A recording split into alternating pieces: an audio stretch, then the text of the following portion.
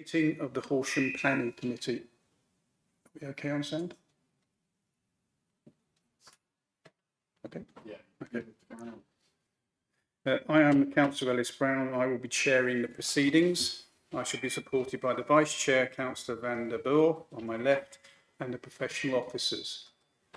Just if you take a moment here, I just want to check the sound. Are we okay? It seems to be a bit echoey.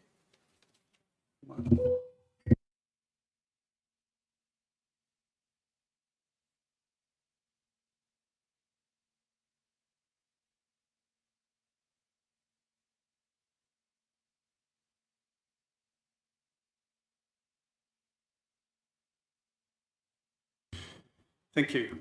Thank you for attending. And I remind members of the public this is not a forum for public to ask questions or challenge the points raised during the debate by officers and members of the committee.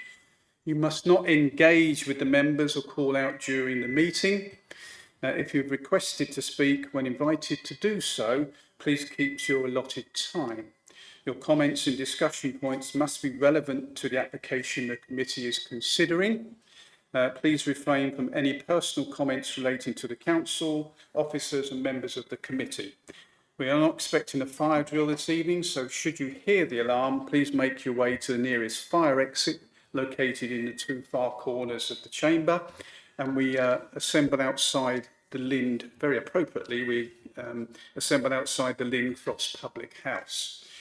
May I also ask council members when voting, please ensure that you raise your hands clearly, and members of the public and members of the committee, please turn your mobile phones to silent or turn them off.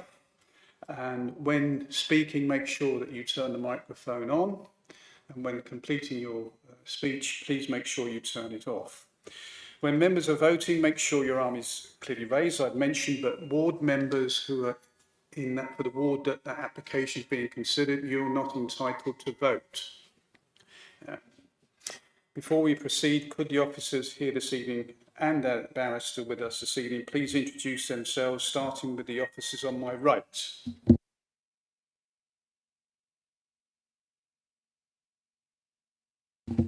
Amanda Wilkes, Senior Planning Officer. Emma Parks, the Head of Development and Building Control. Felicity Thomas, Barrister. I'm acting as your legal advisor today. Melissa Stella, Democratic Services Officer.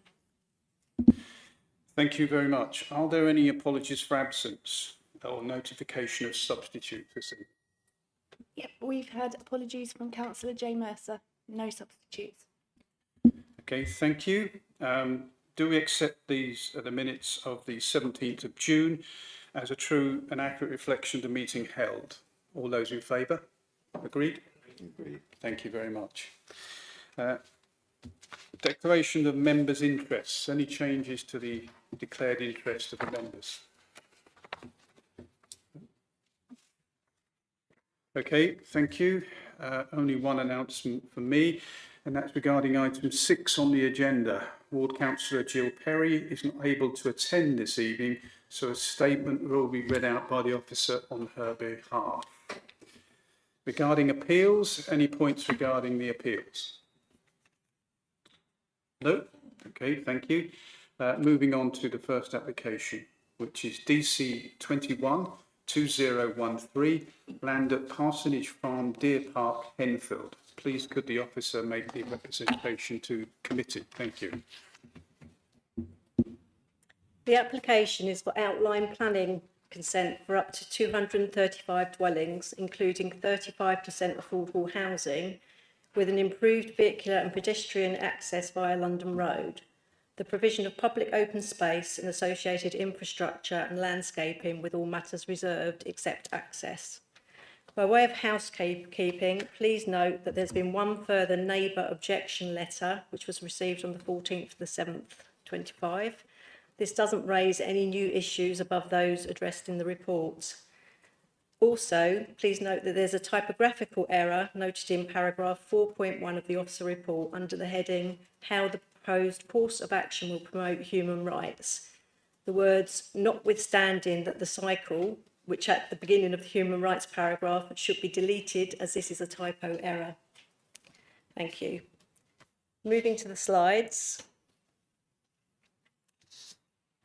This is the application site within the red line boundary towards the northern part of the slide.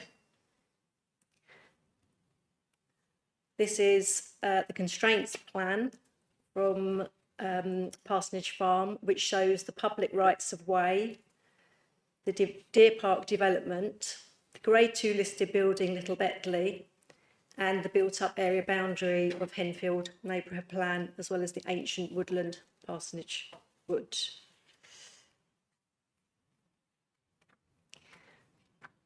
Moving down to the next slide, this shows the application site within the context of the wider surrounds with the A281, the Deer Park entrance, London Road, the tributary of the River Ada, which abuts the northern site boundary, and the Downs link to the west.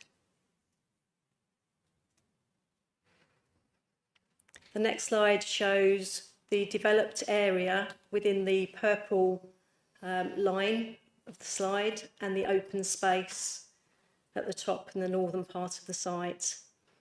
The inset shows the built-up area boundary of Henfield, which was confirmed in June 2021, and the built-up area boundary policy, which is in the thicker dotted line for policy 3. Moving to the next slide, this shows the parameter plan land use with the residential blocks sited either side of the arterial road that runs approximately through the centre of the site. It shows the existing woodland to the northern part of the application site and the various arrows which show the vehicular access, which is coming in from the London Road A281, the pedestrian cycle retained parsonage farm access, which is down towards the southwest corner of it, of the site. The pedestrian and cycle retained parsonage farm access, which is a purple arrow pointing towards the sort of northern west tip.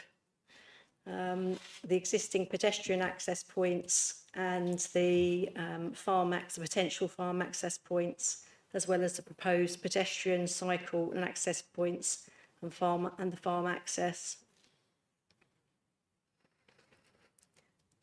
Moving to the next slide, this shows the scale of the buildings, which comprise 1.5 stories in light blue, up to 2 stories in the mid blue sections, and a small amount of 2.5 story development, which essentially includes dormers within the roof.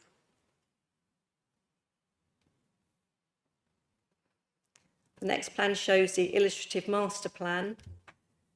The blocks show that the little parcels of residential areas within the developed area of the site.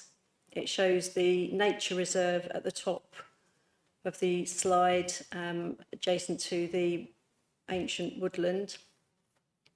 You may see a red asterisk on the site plan which shows the land for the bike park to be gifted to the parish council, the potential location of the foul pump station, and the existing location of the foul pump station.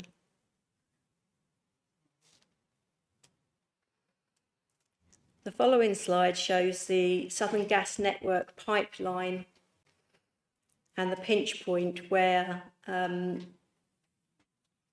site is within 8.5 metres of the buffer zone.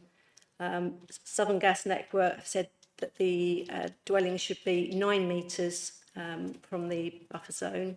As it's an outline application, it's considered their scope to address that as part of any reserved matters application. And this site just shows the close-up of the pinch point. Just below the arrow, the large arrow, you can see there is a block that just touches the buffer zone in blue. The next slide shows the pedestrian crossing,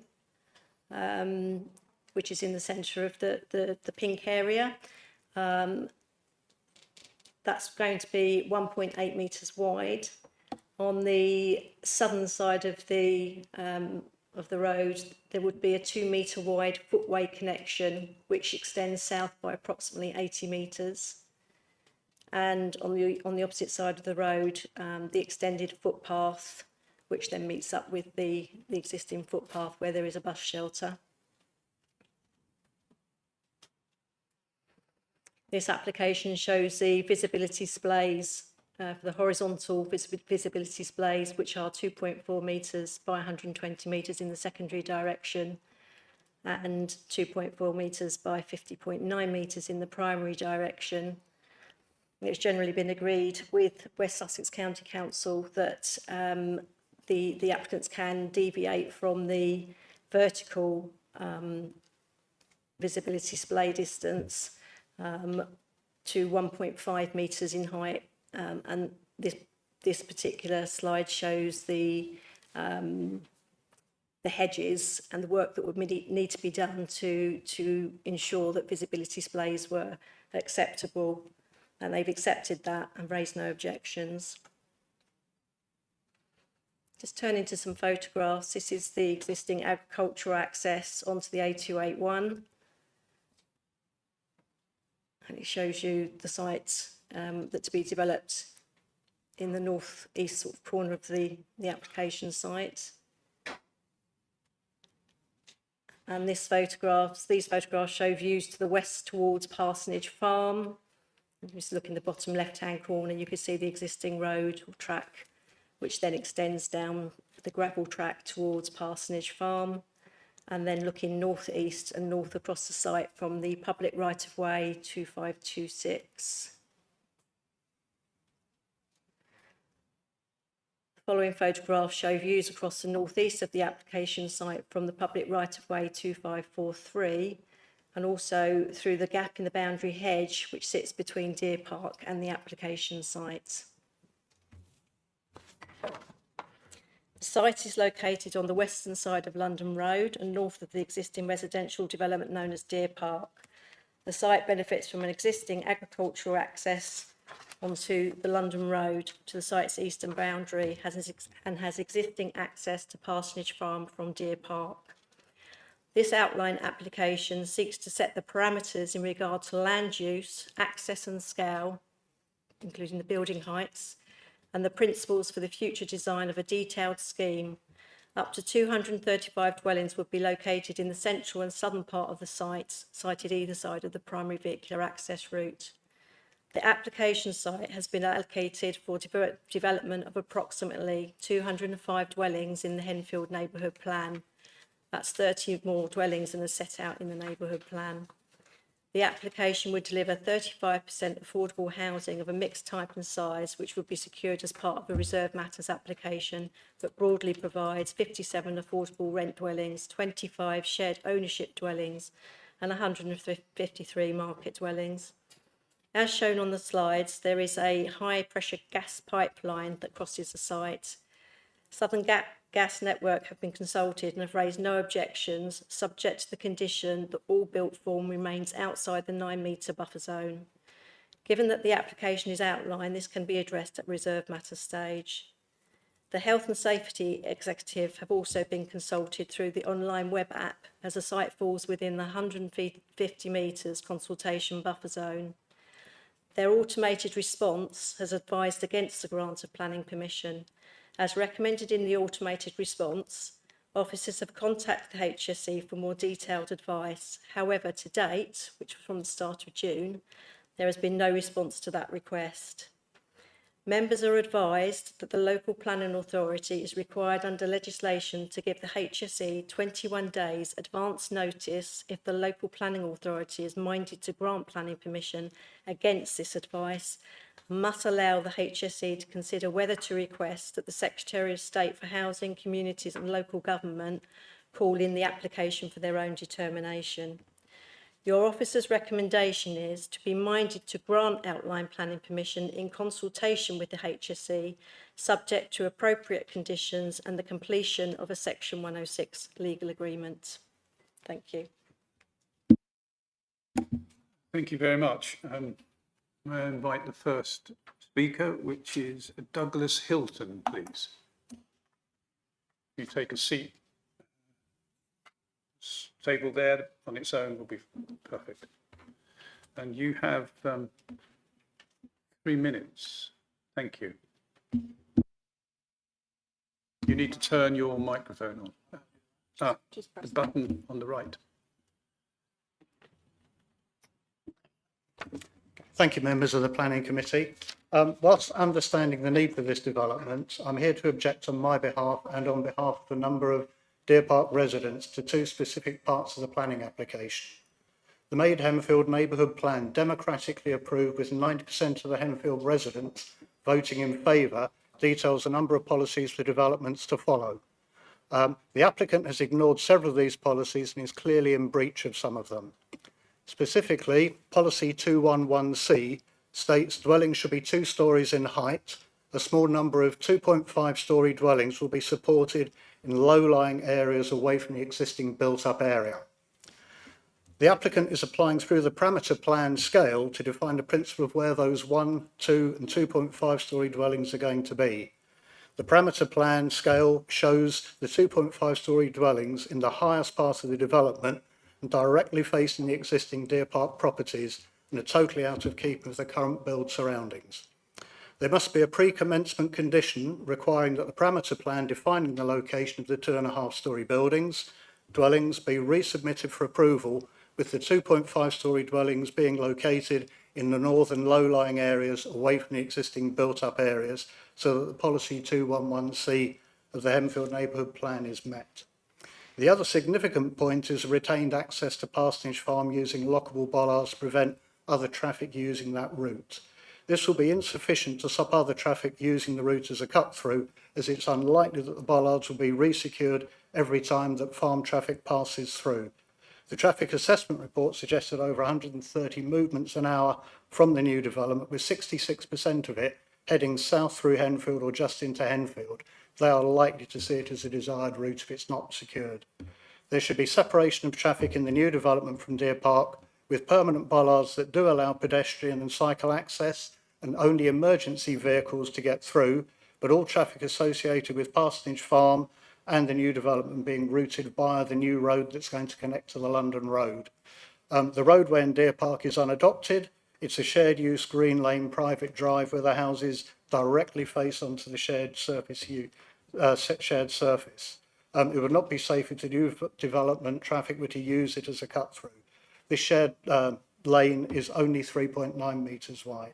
There must be a preoccupation condition that permanent bollards be installed to prevent anything other than emergency vehicle access into the new development from Deer Park. These objections have been raised by an awful lot of the residents ever since the application was initially put forward in August 2021. I would ask that you consider those in your deliberations. Thank you. Thank you very much.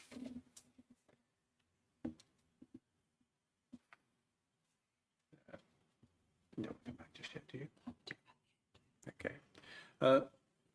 Lewis Champion, please.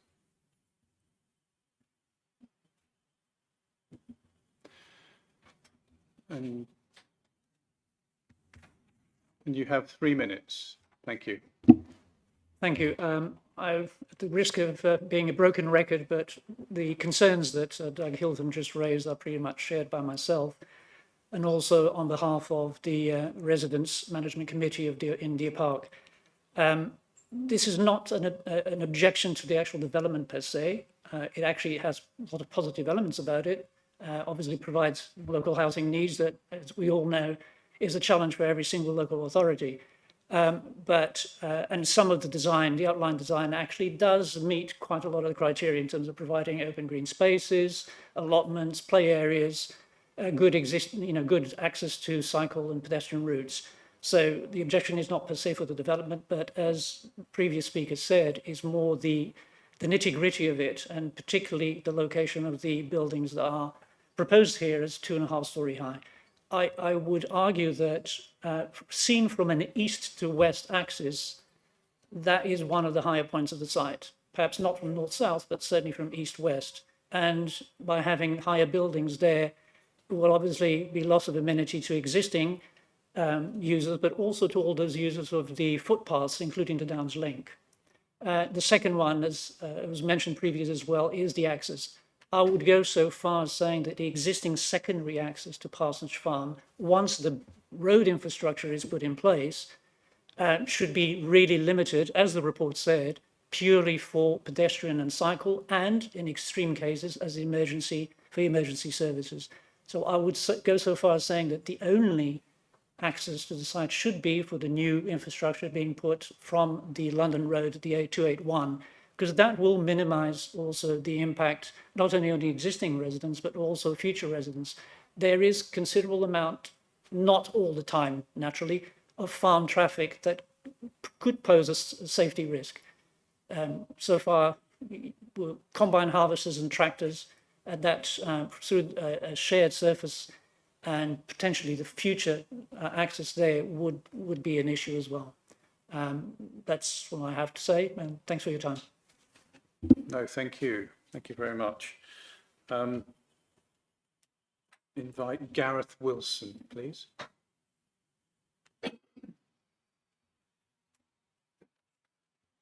And you have 3 minutes. Thank you. Good afternoon, committee members. Thank you for your time. My name is Gareth Wilson, planning consultant for the application before you. This proposal is the culmination of over 7 years of dialogue and collaboration with the Henfield Neighbourhood Planning Group, local residents, technical specialists and Horsham District Council. The site is central to the Henfield Neighbourhood Plan and represents its largest strategic housing allocation. The site was designated within the plan in June 2021, followed by the preparation and submission of this planning application in August of the same year. Our primary objective has always been to create a place that will become an integral part of the Henfield community, ensuring that open spaces are easily accessible from people's homes, integrating green and blue infrastructure and promoting healthy lifestyles and interaction with nature. The application has experienced some delays due to water neutrality. Our consultant teams have now agreed a solution to be secured through a legal agreement, and the site would be a priority case for the Sussex North Offsetting Water Scheme upon its formal launch in the coming months. The scheme presented to the committee today proposes up to 235 dwellings, a local country park spanning the northern portion of the site, formal and informal play areas, and green corridors connecting to the surrounding countryside. 82 of the dwellings on the site will be affordable homes, ranging from one-bedroom rented properties to full family-size homes. The scheme also includes land for a bike park or pump track that could feature ramps and jumps and banked corners, and the facility would appeal to young riders to enhance their balance, learn new skills and build confidence. The land for this facility was included, having identified a need for such space during our engagement with the parish council. The largest area of green space proposed along the northern part of the site, providing a buffer between the new housing area and the wider rural landscape. This area would be developed into a country park, encompassing parsonage wood, extensive grasslands and native shrub, woodland copses, community orchards with wildflower meadows and wildlife pond. The design intent for the country park is to create a natural place that supports diverse wildlife and is welcoming, clean and safe for both local residents and visitors from the surrounding area. Both the Neighbourhood Plan Steering Group and appointed examiner acknowledge that the proposed development of Parsonage Farm is crucial to the success of the Henfield Neighbourhood Plan. Whilst housing capacity at the site has been proven to be slightly higher than the policy envisages, our proposal otherwise aligns with the allocation within the plan and its broader objectives, preserving and enhancing the vibrant village centre and the rural character of the parish. And finally, I'd like to thank Amanda Wilkes, our case officer, and her team for their professionalism and guiding us through some challenging technical matters to allow us to deliver the best possible scheme to you today. Thank you. Thank you very much. Invite Councillor Russell Shaw from Henfield Parish Council. Councillor, you have 5 minutes. Thank you. Thank you very much. Yes, I'm Russell Shaw. I chair the Planning Advisory Committee of Henfield Parish Council. This site in Henfield's neighbourhood plan, as has been said, and the Parish Council long ago has accepted that the site can accommodate a development proposal for 235 houses as opposed to the 205 houses originally envisaged in the neighbourhood plan. I should say, to start with, we're broadly in favour and supportive of the plans. But there are three changes that are really important to us. And the most important of these is access to the site. We believe it's fundamentally unsafe to have the access from the A281 as a T-junction, even in a Bellmouth entrance form. The committee report indicates that coming from north to south, the entrance is just as the traffic comes out of a dip, and the average speed noted is over 40 miles an hour in a 30-mile-an-hour zone. The neighbouring Deer Park estate, which was built in 1996 and developed over the next 20 years, is of a pretty similar size in total to what is being proposed. And at that time, the development was required to have an offset roundabout entrance to slow the traffic coming from the north into the village. We find it difficult to accept that a roundabout wouldn't be required, an offset roundabout wouldn't be required for this to slow the traffic. The other 2 points from the parish council broadly follow the residents' objections in relation to the tallest houses being at the highest part of the site, opposite the open views of the existing Deer Park houses. If they were sited lower down in the site, it would have less visible impact, and we think it would be far more appropriate. And then the third point is in relation to the access to Parsonage Farm. We have on the other side of Henfield, on the eastern side of Henfield, 2 estates that are supposedly segregated by a bollard access. What we find is that a bollard is frequently vandalised, allowing access and shortcuts through. So we want complete separation of the 2 estates as originally envisaged, to make them discreet and secure, and therefore that the traffic to Parsonage Farm should be routed through the new estate. We're eager for the development to go ahead so that we fulfil a major part of our contribution to the housing supply, but we'd really welcome these, what we see as fundamentally necessary improvements or changes being made. Thank you very much. Thank you. The officer will now read a statement from Ward Member Councillor Jill Perry. Thank you. Okay. Thank you to the Chair of Planning Committee and officers for enabling me to make a written submission on this key proposal as a District Councillor for Henfield, although I cannot attend this meeting. As a previous member of the Henfield Neighbourhood Plan Steering Group, I have been aware of the many opportunities and some concerns about this site for several years. This site was seen as having many advantages for the village, being close to the BUAB built-up area boundary and relatively good connectivity within the rest of the village. Features of the site, with the spatial accommodation needed for the gas high-pressure pipeline and for the preservation of irreplaceable ancient woodland. Can't hear me? That's okay.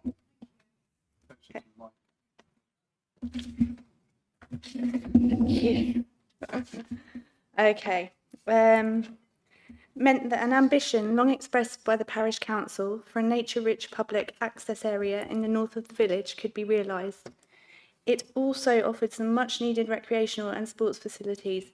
For these and other reasons, this site was the largest of those adopted in the Henfield Neighbourhood Plan, supported by detailed assessment and the results of the public consultation. Given all this, I am broadly in support of this development as it is presented, and I'm pleased that there will be a good proportion of social and affordable housing. The current outline planning application has nevertheless raised some concerns. Many residents have voiced concern about the increase of numbers of dwellings to 235 as against the agreed 205. They also expressed the view that the Henfield Parish Design Statement regarding the heights of certain houses has not been adhered to. It is arguable that a site of this size can accommodate the additional houses. Now we are in a more difficult environment with meeting housing supply, but I would welcome any mitigations on the height of properties currently due to be 2.5 floors. Perhaps of greater concern, though, is allaying residents' fears about the proposed Bellmouth junction for road access arrangements from the A281. Also worries that the development will bring an unacceptable increase in road traffic from more residents with cars. Are there further mitigations that could be considered to reduce these concerns? The junction for the access road is within the 30-mile-per-hour zone, but only just, and the gradients in this location suggest this will be a difficult visual access. I note that West Sussex County Council highways are requiring a higher level of mitigation for this junction than we sometimes see. Is there any merit in an extension of the 30-mile-per-hour zone northwards to slow down traffic before arrival at this junction from the north? As a non-specialist, I also have concerns about the HSE advice not to proceed with this development due to the vicinity of a hazardous installation. Although SGN does not seem to be worried about the proximity of the housing to the gas main, I would welcome reassurance on how this HSE concern will be dealt with once all the research and surveys have been done, so that the community can be reassured. I also note the HSE's offered to support if the Planning Committee decides to refuse this application on this basis. Henfield as a community has a particular character that I believe this development has the potential to support. For example, local people value their fields and footpaths and the opportunity to connect to the vibrant and active community. Other examples are ecology and preservation of our natural environment is a key issue in the village, and I welcome the many positive suggestions being made in the ecology submissions for bird boxes for sparrows and integrated bat roosts to be added to the buildings. Given Henfield's particular interest in swifts, we have a swift ambassador in the village. I would ask that swift bricks or boxes should also be included on suitable north-facing walls. A recent presentation in Henfield Hall about how to reverse the huge decline in hedgehog numbers also made the point that they need protection. The proposed hedgehog highways and fencing will be very welcome. It would also be very positive if new residents were to be informed that artificial grass in their gardens would negate the benefit of hedgehog highway fence gaps, as there would be no food for the hedgehogs in these plasticised lawns. Woodlands and nature corridors. Welbeck Land has already enabled the local community to engage with the biodiversity aspects of this proposed development, and I would hope that this dialogue can continue to ensure the development will become as good as it can be. A group of interested parish councillors, residents and naturalists, including our local tree warden, a woodland trust representative and the current landowner, recently visited the site with a view to understanding the opportunities to protect and manage the irreplaceable ancient woodland. I hope this positive approach to facilitating community engagement will continue throughout the building phase and beyond. Climate change and renewable energy. Henfield Parish Council has a proud record in encouraging reduction in carbon emissions. Local community projects, upgrading our leisure centre and halls and youth club to renewable energy, have now reduced the village's carbon emissions by 23 tonnes per year, equivalent to planting 2,300 trees. It therefore seems a shame if this development, due to be the village's largest, does not ensure that air source heat pumps and solar panels are standard. However, although the Parish Council has raised this concern, I recognise that this aspect of design will be fully considered at a later stage in the planning process. Dark skies. Carry on. Dark skies. The Henfield Neighbourhood Plan and a more recent initiative by the Parish Council indicate that lighting in this substantial development ought to be dark skies compliant, and the proposed sensitive lighting scheme for bats is welcomed. Sports facilities. Having been very involved as a parish councillor on the provision of recreation and open spaces, including allotments, I especially welcome the offer of the well-cleaned, well-screened bike track in the plans. Having a facility of this sort has been a request of our young people for several years. There is also demonstrable shortage for sports areas, and these plans would help mitigate this. Links with the school. I understand that there is much public concern that the local infrastructure cannot bear an increase in population, but I also know that currently the local primary school has spare capacity and would be likely to benefit from higher pupil numbers. This would secure long-term viability of the local primary school to continue to provide a vibrant and good quality education. Active travel. St Peter's School is currently trying to secure a good active travel plan with West Sussex County Council and needs to develop good connectivity for walking and cycling to school. I hope that future Section 106 agreements can be negotiated for this proposed development, leading to a connected and well thought out travel plan for children and families reaching the school from both Deer Park and the Meadow Drive sides of the development. As well as speaking with residents and the parish council, I've liaised with District Councillor Josh Potts on these matters. I hope that if this development is recommended for approval, local district and parish councillors can continue to work with the developers to represent the local people and ensure the best outcomes possible for this potentially very significant development for Henfield. Thank you very much. Now invite Ward Councillor Josh Potts. And you have 5 minutes. Thank you. Thank you, Chairman. Fellow members, I know you have a packed agenda, but please do your utmost to listen as intently as possible. As you well know, what I have to say is always of the utmost importance and mercilessly concise. Please forgive any repetition, but there are certain arguments that simply cannot be overstated. We've all seen applications that divide communities. On the whole, this one doesn't. Most agree that this site, Parsonage Farm, is the right location for new homes. It was the largest allocation in our neighbourhood plan. People support the principle, but they do quite reasonably want to see it done well. And at the moment, many feel it's not quite hitting that mark. Let's start with the basics. The neighbourhood plan supported 205 homes on this site. The outline application in front of you proposes 235. That's a 15% increase. And before anyone says only 30 homes, I'll just note that that's more than entire streets in the village. Now, I understand the pressure on housing supply, and none of us are blind to the national picture. But if the developer wants to exceed what the community signed up to, they need to earn that. And so far, I think most residents feel that what's on offer doesn't quite warrant this extra burden. In fact, the increase in numbers should have been the developer's cue to go further in addressing community concerns. Taller buildings, better explain them. Secondary access, make it watertight. Renewable energy, time to shine. But instead, what we've got is, well, a parameter plan that's already been mentioned that puts the tallest buildings on the highest ground, and a secondary access arrangement that involves tractors and toddlers apparently cohabitating the same footpath. This is just not ideal.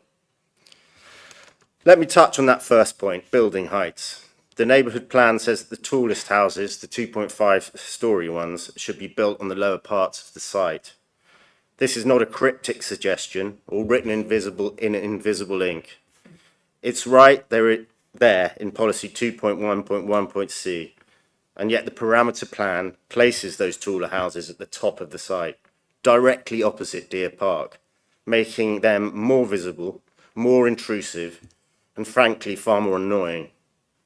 We're told this is just an outline application. The height will be dealt with later, but let's not kid ourselves. If the tallest buildings are on the parameter plan in the most prominent spot, it's a strong hint of what's to come.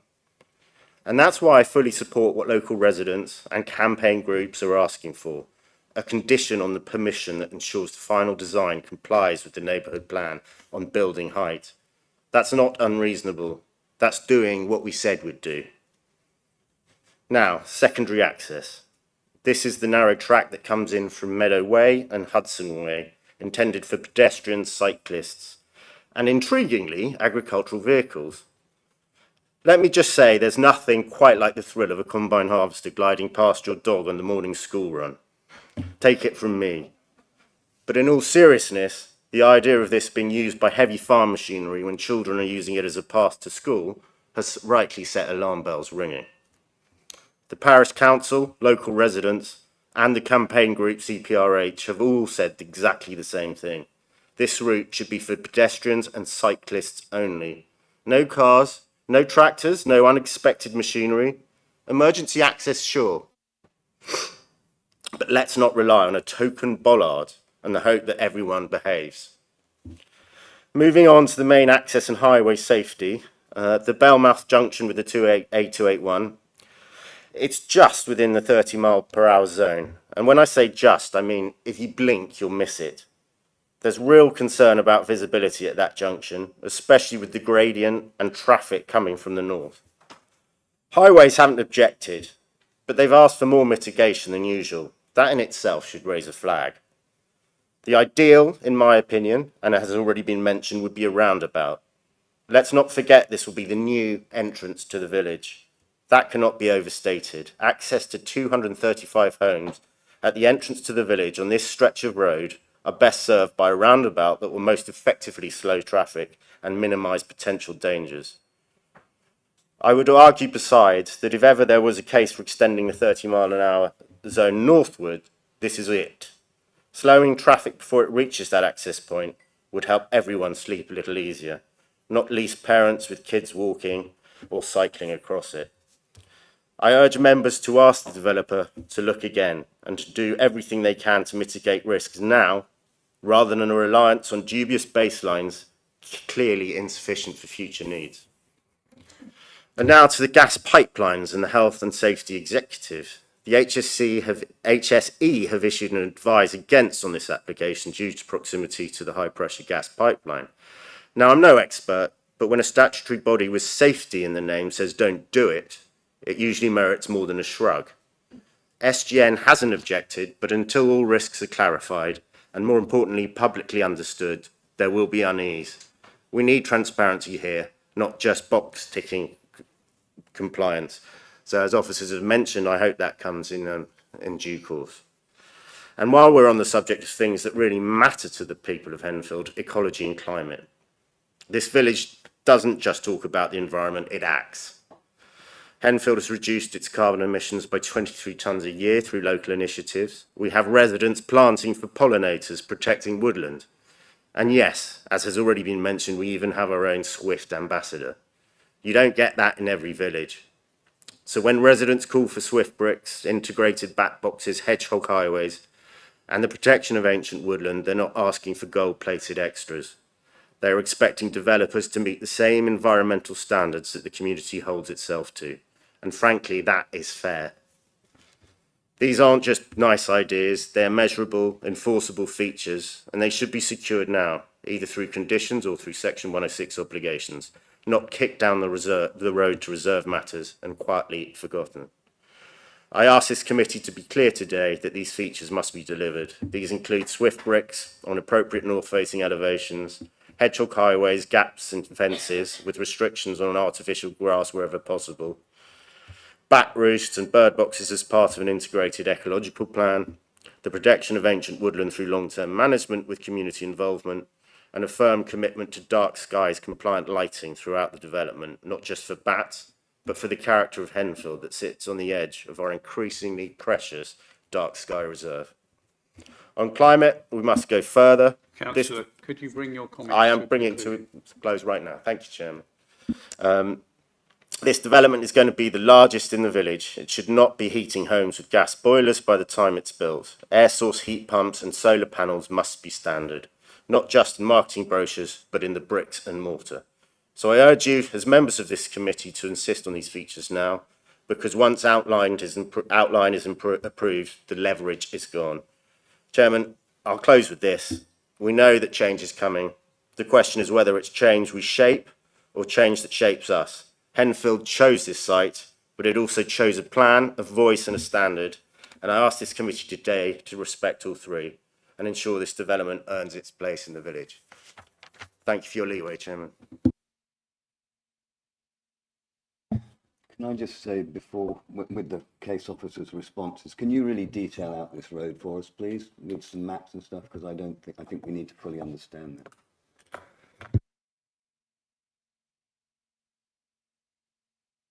We'll come back on the points before we raise the point, but I'll deal with the point raised by by Councillor Vanderbilt. Thank you. Thank you. In response to the scale of the development, it's generally been considered that the 2.5-storey dwellings are sited at a lower level when we look at the topographical maps and not at the higher level of the land. The scale parameter plan has been seen by the council's landscape officer, who has considered where the various heights of dwellings would be most suited. And in the landscape terms, it's considered that they are well suited to the locations they're in, and they offer a good transition to the countryside.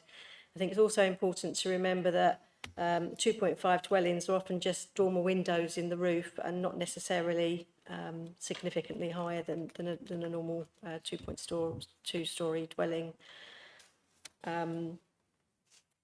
In terms of secondary access, West Sussex County Council have advised that the access has been in use since 2011 when Deer Park was developed, and that they've had no safety issues raised, and therefore that they've been satisfied that it would be acceptable to have that as an emergency access. In terms of the number of dwellings on the site, it's generally considered that the site is a medium density site and that it would have 35 dwellings per hectare, which is similar to that of Deer Park. And generally, again, it's considered that the increase in the number of dwellings on the site can be easily accommodated, and that they would sit well within the bowl of the site, and that the additional increase is acceptable.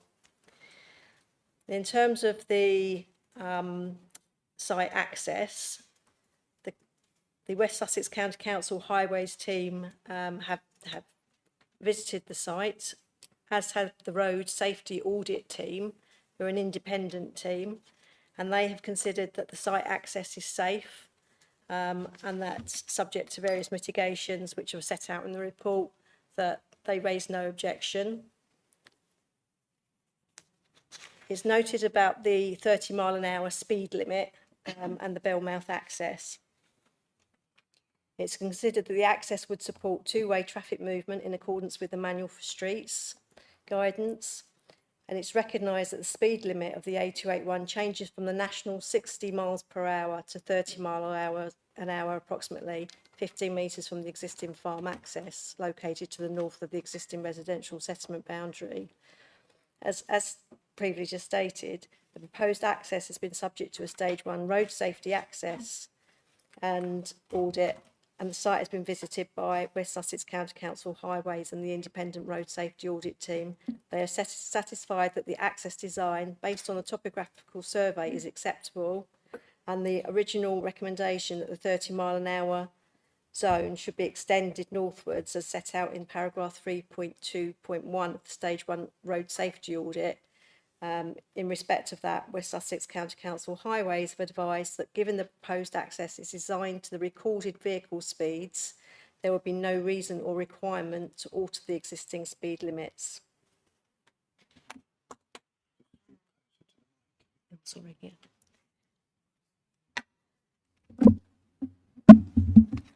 In respect of the Health and Safety Executive, advice against has been returned from the automated consultation response.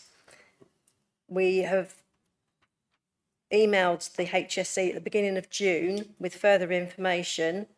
However, we've not had a response to date. Notwithstanding this, the advice that's given by HSE in their consultation response is that if members are minded to grant planning permission today, that by law we have to give 21 days consultation following the council's resolution to allow them to decide whether to call the application in for determination by the Secretary of State.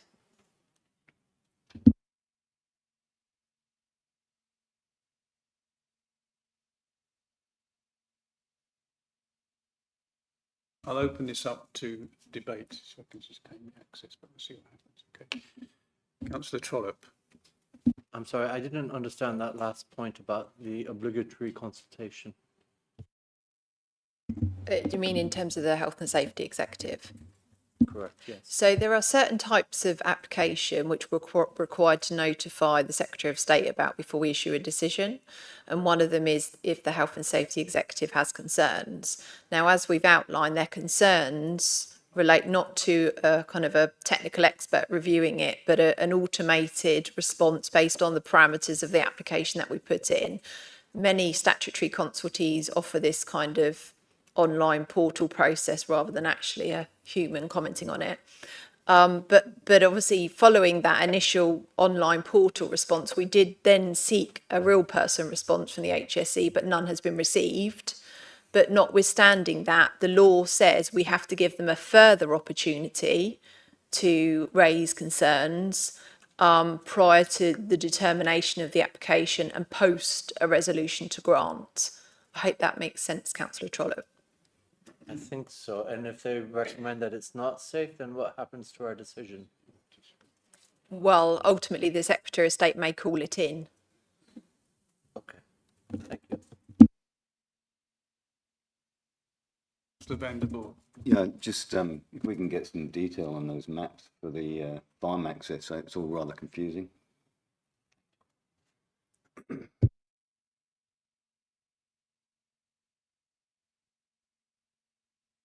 We've got some photographs of the farm access. So this is the bell mouth out onto the A281. And then you can see that in the bottom left-hand corner, then the track goes into the fields, which would also be subject to the development.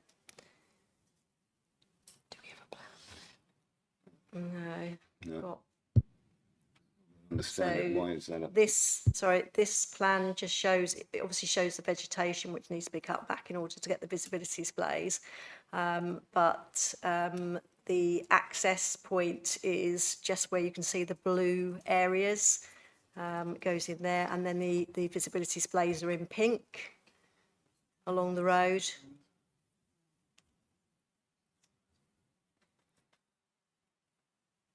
The areas in blue are vegetation that would be removed to ensure that you get the greater visibility.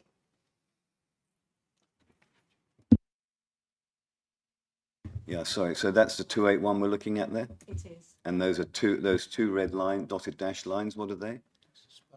That's the display. What the beginning and end of it? It's the red edge, isn't it? Is the red edge, yeah. The red edge, and Yeah. then the blue bit is the driveway in, That's right. That's the vegetation to either side of the driveway. and that's the sort of the acknowledged access. But there seems to be an issue with another farm road that people are talking about conflicts with tractors and people walking and that sort of thing. Is that a different situation altogether? This is Parsonage Farm access, which is in the bottom left-hand corner. That goes down to the existing Parsonage Farm. Right. And it has been used as an access since 2011 when the Deer Park site was developed. And that's the site, that's the track that West Sussex County Council are saying it has been in use and there haven't been any reported safety concerns. Right. And so they've raised no objection. And that will continue to be an access into the new development. It would be a secondary access Secondary access. to use in emergencies, basically. Right. Okay, thank you. I understand that. Councillor Knoll, have you got your arm up? Yeah, okay. Thanks, Councillor Knoll. Thank you, Chairman. I'm not the ward councillor, but I am a neighbouring ward councillor. And every time I come from Horsham back to my ward, where I live, I have to drive down the 281. The entrance, the proposed entrance, the Bellmouth entrance to this estate is seriously in a speeding area. And I say that because you come round a sharp bend at the end of Wheatsheaf Road, you go down a hill before coming out and levelling up to come up a slight rise up towards Deer Park. Everyone speeds along that little bit there. Having a Bellmouth entrance is going to cause accidents. There's absolutely no reason at all why a roundabout can't be placed there. As we heard in the evidence earlier on, Deer Park, which was built some almost 30 years, well, planned 30 years ago, that had a roundabout put into its entrance for the very same reason that people tended to speed down from the north into Henfield Village. This is even further north, and the change in the speed limit is literally a matter of 100 yards before that. There will be accidents there unless we put a condition in now for a roundabout at this particular point. And I would strongly suggest right now to the committee that we introduce a roundabout for public safety and for the health and well-being of the residents that are to go into this development should it be approved. Secondly, I'd like to address the height of the buildings that we have been discussing. Now, I know Deer Park quite well, having walked around it many times, probably with leaflets in my hand, but I won't go into that.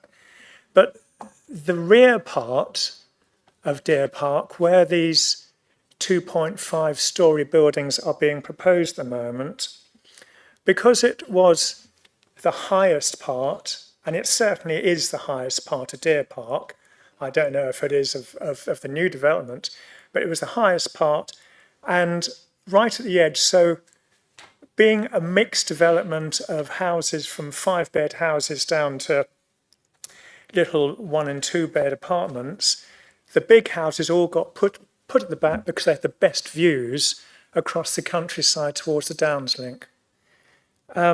So these 2.5-storey houses that are presently being shown on the plans are right opposite the large houses whose front gardens, because of the way of the design of the original Deer Park, run into the side of the development and will be directly facing the 2.5-storey buildings. Now, I'm quite happy about the number of residents that are going to be put into this area, and I'm quite happy about the number of buildings.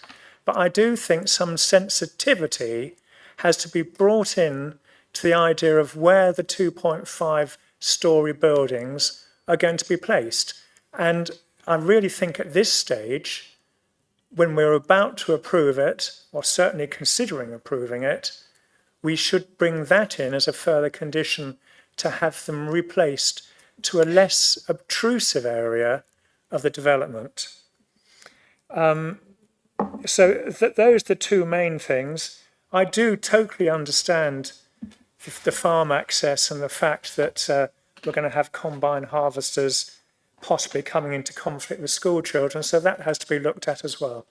But I would certainly ask for conditions to be placed on the first two items that I've just mentioned, and I'll wait and see what the other councillors present in this committee tonight feel about it. Thank you. Thank you, Councillor Noel. I'll come back on a couple of points and then I'll refer to my colleague who's got some information around the access. Just to clarify, in terms of the 2.5-storey height dwellings, this was actually changed during the period of negotiation with the planning application, and actually they were in a different location to begin with, which officers, including the landscape officer, considered to be in a more prominent location, and they were actually moved to where they're currently proposed. I can't really share it with you, but I have got a topographical map up here. And from that, it certainly does appear that they are in a lower part of the site. Now, I appreciate you will know the site, but in terms of the map before me, that does it what it appears to show. And as I said, that was as a part of consultation with the landscape officer as to why they were moved. Furthermore, we have to recognise, unfortunately, those dwellings around the back there don't unfortunately have a right to a view. That's not a material planning ground. Obviously, they don't have an impact on amenity, but you know the impact in the wider landscape and character is certainly a material planning ground. But I just wanted to provide some context as to why they are where they are. And as my colleague said, 2.5 stories is generally a dwelling with dormers in the roof. Think about the road you live in. I'm sure quite a lot of houses have got dormers in the roof, so it's not unusual, and I wouldn't say that they are particularly higher than another dwelling. And furthermore, what I would say is you can't just add that as a condition. Obviously, we do have a parameter plan before us to consider, so we can't condition something which is contrary to a plan which is submitted as part of the planning application. In terms of the roundabout, we have to then go back to the tests around infrastructure, you know, and part of those tests which we all have to consider is what's reasonable and necessary to make the development acceptable. We've heard the comments of West Sussex County Councillors, the highway engineers. We would have to have evidence to demonstrate. We can't just say provide a roundabout. We'd have to have evidence as to why that's necessary to meet all of those tests. And at present, we don't have that before us. And ultimately, you can't condition that. If that was a fundamental concern, you'd have to refuse that. But obviously, I would significantly caution against that without evidence. I'm just going to pass to my colleague regarding the particulars of the site access. Thank you. Thank you. In terms of the 30 miles per hour, speed surveys have been undertaken to determine the actual speed, vehicle speeds, and have been recorded as the 85th percentile speeds, and they have been used to determine the appropriate design standards for the visibility displays. Recorded 85th percentile speeds are quoted as 33.8 miles per hour northbound and 43.2 miles per hour southbound, and the access has been designed on this basis. I'd also add that in accepting a departure from standard in terms of the vertical visibility displays to a higher point, that West Sussex County Council Highways have required mitigating measures on the A281, and this includes a gateway feature for vehicles entering the 30 mile per hour speed limit, as well as additional junction ahead warning signage, which may include vehicle activity signage and anti-skid surfacing on the approaches to the junction, and those measures would be secured via condition. Thank you. Thank you very much. Councillor Vickers, and then I'll come to Councillor Croker, and then Councillor Blackburn. Chairman, thank you. There's a lot of good things to say about this planning application, and it does provide a 35% affordable housing, which is good news, and I'm sure will be appreciated because there is the housing need for those homes. If I've understood correctly, the main concern is about the height of those 2.5-storey buildings and their proximity to the existing development. I was on the council when that was approved, so I know it. I went on the site visit at that time. If I've understood correctly, the existing housing is higher, on higher ground than the proposed new 2.5-storey development houses. Is that correct? They sit higher in the landscape than the proposed 2.5-storey buildings. I think that the application site where the 2.5-storey dwellings are proposed, that is at the lower end of the site. That's not what the parish council or the local residents who were objecting were saying. They were saying it was the higher portion of the application site. I was just confused whether what the actual problem is that the houses that are already there sit higher than the proposed housing. doesn't really show it. No. And it's difficult without seeing the topography map to actually understand that. But that seems to be the main concern, that and the access. I think everything else, most of us are perfectly happy with.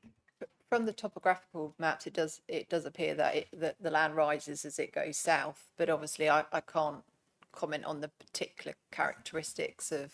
Is there any way at a future time that we could see that as the topography map? Could we? Well, I think members need to consider what your concerns are and how they could be addressed ultimately, and whether they're fundamental to be resolved before the planning application is determined, because ultimately what we have is the proposal before you today. If you want something different, if you consider that's reasonable, or you need to do something to further assess that, or additional information to further assess that, then that's obviously a decision that you'll have to consider today. Thank you. And can I come back on the roundabout issue? That's not something we can condition here as a planning committee. It's outside of our remit completely. Well, you can, but you'd be completely unreasonable to do so. That would be my advice. Thank you. Thank you. Councillor Croker. Thank you, Chair. I'll try and keep this short, make a few points though. The first one, which hasn't really been mentioned, is the question of sewage. Southern Water's performance locally to this development is pretty poor. Last year, 8 weeks of continuous sewer overflows. That's 16%, just totally unacceptable. I say that partly because I live downstream of the damn thing. Secondly, the access to the farm, I'll just confirm that, as residents have said, through the deer park, is about 3.8 metres width, whereas the new development is proposed at 5.5, so a significant difference there. But my real worry about this development is indeed the access onto the A281. Visibility displays and the calculations around them are put in place for a very good reason, including the height.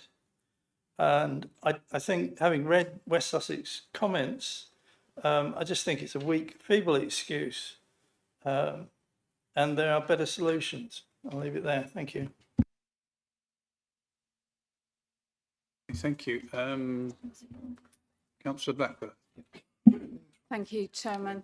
I just wondered, following comments from some members of the public who spoke and some members as well, if we could set conditions regarding wildlife permeable boundaries on the site and swift bricks and bird boxes and so on, please. First off, this is an outline scheme, so the details of, the details of what things look like, boundary treatments, etc., would be dealt with at a later stage. But ultimately, any proposals need to be supported by planning policy. So if there's a planning policy that supports a requirement, we can require it. If there's not, then we can't. But that doesn't stop the developers from bringing it forward in any event, but it's not necessarily something we can require. But it's not something you would condition as part of an outline scheme because they are more detailed matters. And obviously when a reserve matters comes in, then members can consider that point further at that stage. Okay, thank you. I'll come to you in a moment, Councillor Trott, but I think Councillor Clark had his hand up before you. Councillor Clark. Thank you, Chairman. I have a list of questions and need some clarification. Could you please put up on the chart, on the pictures here, the one showing the pictorial diagram of the junctions and stuff? Because there's one that I do not understand. That one. So secondary direction and primary direction, what do they mean? Right, okay. If you saw the chart showing the road, the bell mouth, no, the picture, photograph. Okay. So that middle one is actually showing the road looking slightly north. So basically, just to confirm those, well, I've looked at it on Google Earth, those are white lines effectively. Mm-hmm. Bearing in mind what Councillor Croker said, I totally agree with him. I mean, I know we've had highways engineers out here and all the rest of the malarkey. But if I look at condition the paragraph 6.53, they've actually fudged the answer in terms of, now, if I was in my car, it wouldn't be a problem because I stand high off the ground. But if you're in a smaller car, you can't really see to the left-hand side because you've got a slight crest there. So despite what is said by County Highways, I actually do have considerable concerns about this reduced junction. I hear they're going to put in Village Gateway pictures and, you know, signs and stuff, fine, that's all very pretty. But I actually wouldn't like to turn right out of that junction, especially in the daytime, because if you look at it on Google Earth and you follow the road on Google Earth, you can see that, in fact, that's a crest, and a small car wouldn't see another small car. So I still want to flag this into officers, despite what County Highway say. I think there is an issue here with the exit. So that's my first point. My second question, got a question now, just to verify. If I look at conditions, if I look at condition 23, which is preoccupation condition, and I look at the penultimate paragraph, talks about gateway feature. What exactly is meant by a vehicle activated sign? Does that mean that there's a sign that flashes when something's coming from the north? Or is that something that's going to flash as something's coming out from the side road? If you could just explain, please. My understanding is that it is a sensitive sign that will actually see the approaching vehicle and flash, you know, so it will give notice. But it's going to flash at whom? Is it going to flash from the guy coming from the north or from the guy trying to come out of the junction? Oh no, it was coming, sorry. I was going to say it would be coming from the north. I don't think it'd be flashing from the actual junction. Okay, well, that doesn't help me with my concerns then, because my concern is if you're going to turn right out of this junction, you have a problem. Okay, but thank you for that clarification. You made a comment about the 2.5-story building and basically, in a way, dismissed it and sort of said, well, it's 2.5 stories, might just be dormer windows. In my village of Pulborough, we have some of these 2.5-story buildings, and they ain't small. They're almost the size of a 3-story house. So I think there's a question here when you're looking at the detailed design in the next stage of this process. That's something you're going to have to look at very carefully. Yeah. The design of those 2.5-story blocks, I think. Don't go down the Pulborough Road, for God's sakes. If I go through the report, my question addresses 6.101. Big stuff about ecological impact assessment, common lizards, blah, blah, blah, blah. My question is, which condition covers this, and where and how is the monitoring going to be done concerning this paragraph? That's the first question. Is it covered in one of the conditions and maybe I just didn't understand it, which is quite possible.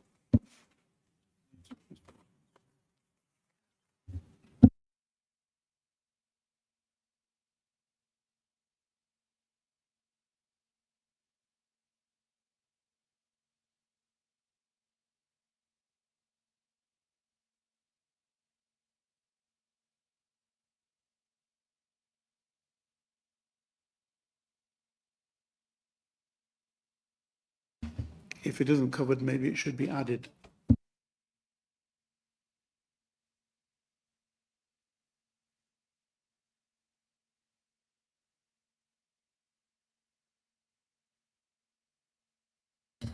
I know, I've been through them.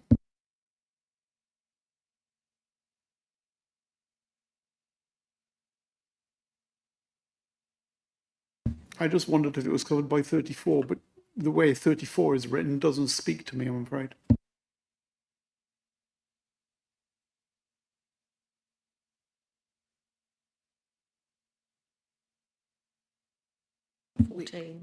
Yeah, we obviously we can't see it through initial cursory look, but we could add it to that condition, Councillor Clark, related to the lizard mitigation. I think that's the relevant paragraph, wasn't it, Councillor Clark? Well, concerning that particular question, yes, I have more, I'm afraid.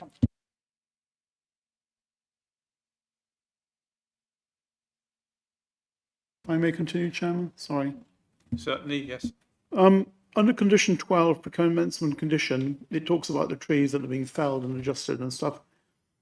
As a matter of interest and clarification, Does this condition also cover trees that are removed or felled to allow the development, rather than trees that are felled or whatever during the development, if you see what I mean?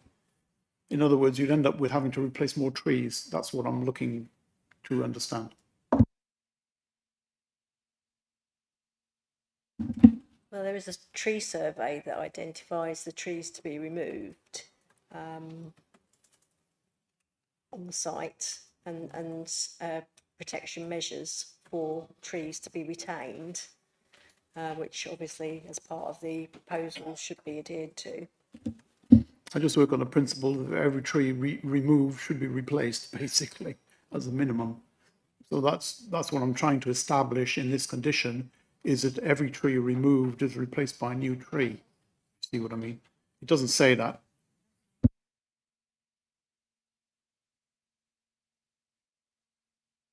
Is that not the final paragraph of condition 12, Councillor Clark? Yeah.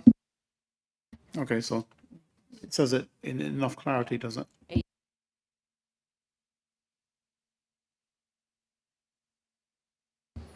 Yes, this is damaged. It doesn't say it's removed. If they remove them. Yeah, well, what it covers is trees that have been damaged or trees that have died subsequently to the work, but not the trees that have been removed before you start the development. It's an item of detail, but it's fine. I just thought I'd point it out. My final question is on condition 34. It says subject to condition 38. There is no condition 38.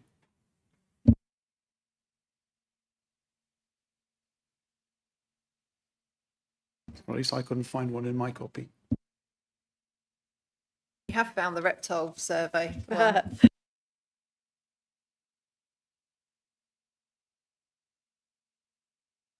Thank you, Chairman.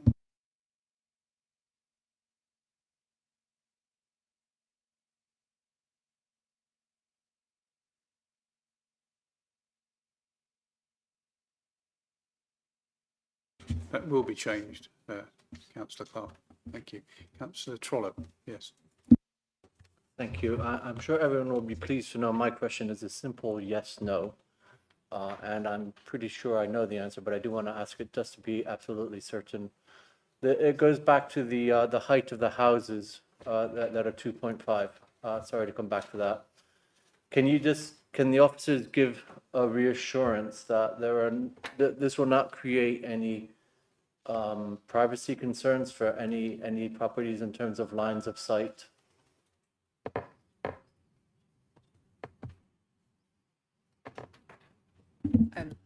Thank you, Councillor Trollope. Officers have been considering members' concerns regarding the heights whilst we've been further discussing. One option open to members is effectively not to approve the heights parameter plan, because an outline scheme generally is all matters are reserved. But obviously when you have larger schemes, we do, seek parameter plans, so you have some idea as to how the developer will come forward. But if that is a particular concern of members, we could effectively withdraw that and wholly reserve that for reserved matters phase.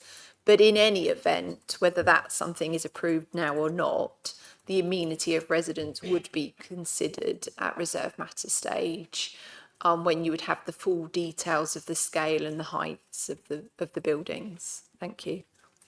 Okay, and so just to confirm, it would be reasonable to assume that every consideration would be made to ensure that there are no privacy concerns, whatever we do, however we do it. That's correct, Councillor Trollope. Thank you. Councillor Trott, and then I come to Councillor Vickers and Councillor Blackburn. Thank you, Chair. I will be brief. I think we've gone around the houses with quite a lot of this already, but I just want a thought. So I have some sympathy with the roundabout request. I know that road, and I was slightly confused by the analysis of the speed, in the fact that somebody was saying about the 85th percentile coming north were 30 something miles an hour and down and south were 40 something miles an hour. That's speeding as far as I'm concerned. So I was a little confused why that wasn't relevant. Also, it seems that the information provided by West Sussex County Council road highways is a bit vague and a bit woolly and not very clear. Obviously, it's a massive concern for most people in this room at the moment about this roundabout and the entrance and exit.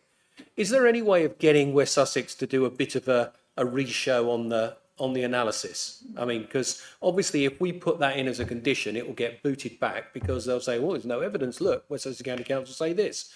But is there any way of asking them to redo it or to be clearer because their information is less than clear?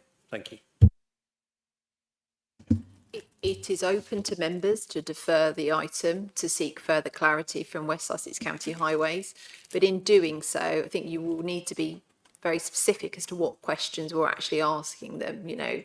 But so I think it's open to members. Obviously, there has been a dialogue for some considerable period of time, and my colleague have said they've done a road safety audit, been out of sight, etc. But if you feel that there's further clarity that you need or further comments you need from them in order to determine the application, then you can ask that. Obviously, you have to be conscious that you are delaying decision making. So, you know, you should only defer items if you really do not feel you can make a decision and you need that further information before you determine it. Thank you.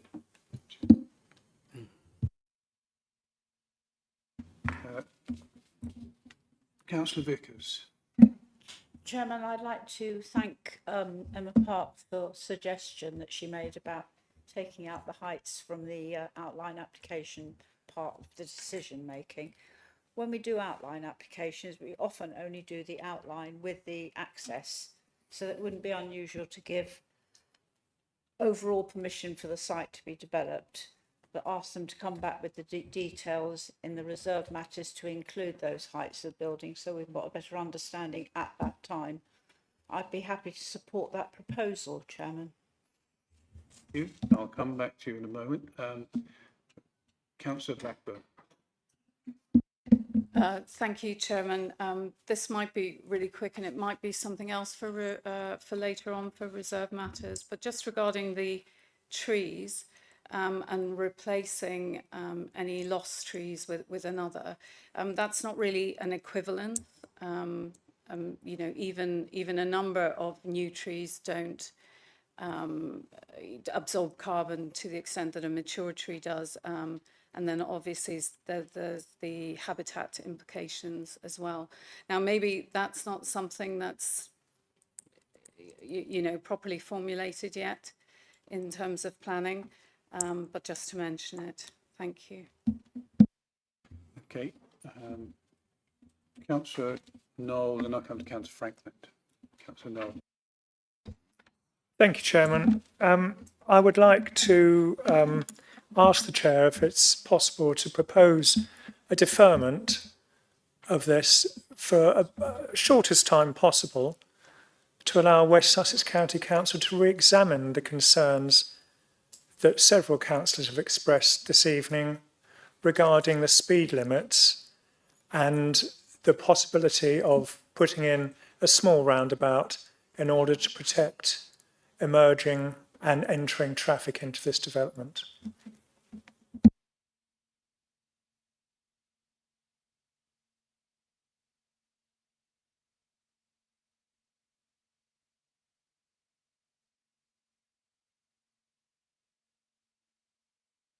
Councillor Franklin, I'll come back to you in a moment. Councillor Knoll, I will come back to you in a moment. Sorry.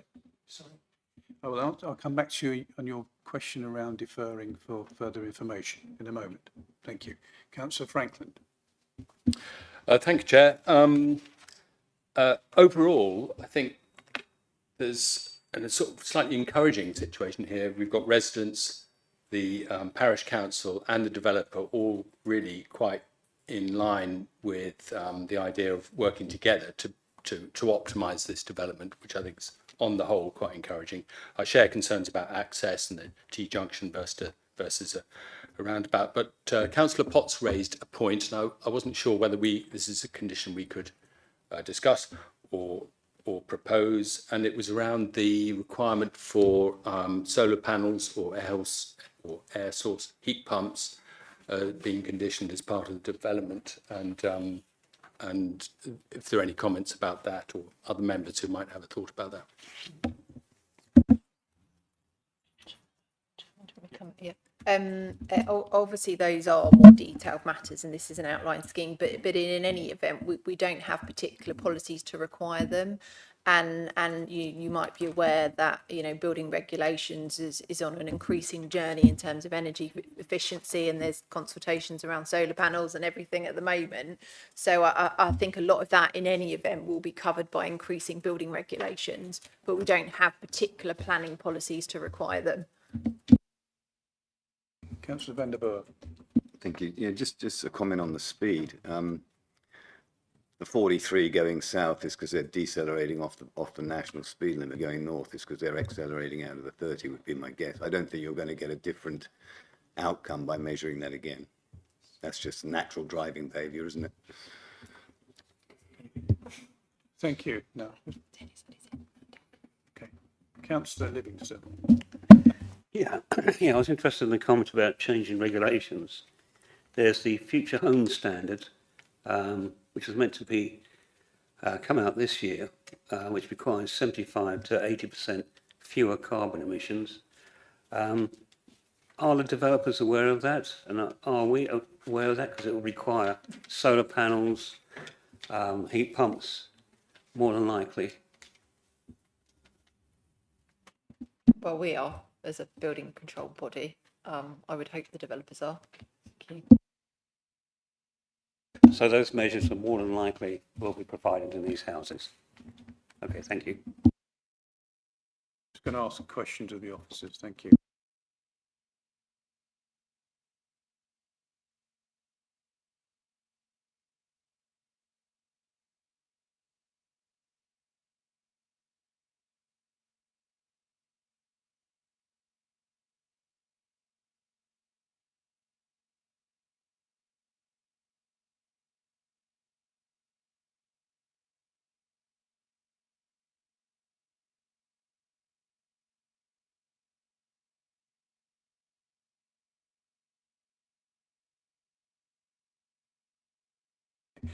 Councillor Knoll, the officer's going to read out what your request was in terms of defer. And just could you confirm that they got the wording correctly? Can you hear me okay? I'm sorry, I can't hear what you're saying. The officer, Yeah. the officer is going to read out what you Yes, mentioned in terms of I'd like you to confirm that's correct. Okay.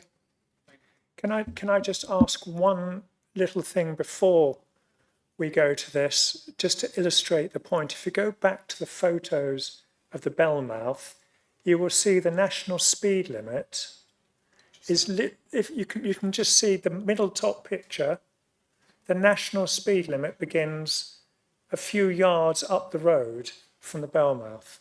That means people coming from the northerly direction could be doing 60 miles an hour before they hit this junction, which is the reason that I'm asking for a roundabout to be considered. However, that's not going to be part of my proposal. It's just to illustrate the fact that we've got people hitting this junction at 60 miles an hour or slowing down from 60 miles an hour anyway. So I really feel this needs to be looked at again. So yes, certainly if the officer could read out the proposal. Just quickly, Chairman, but I think members have to recognise that the speed surveys do recognise they're going more than 30 miles an hour, and the axis has been designed on that basis. So I think nobody's saying that's not happening. So I think we just need to recognise that, and that's what the speed survey identified, and that's what the axis was designed on, and that's what county commented on. But notwithstanding that, I recognise members have concerns, so as long as you're aware in the context of that. And in terms of your deferral, Councillor Knoll, my understanding is that you are proposing deferral to seek further comments from the West Sussex County Council Highways Officer for them to re-examine the scheme, in particular whether there can be a reduction in the speed limits and consider installing a roundabout. Is that correct, Councillor Knoll? Yeah, I'm perfectly happy with that. Thank you. Thank you. Do I have a seconder for that? Thank you, Councillor Croker. All in favour of that, please show.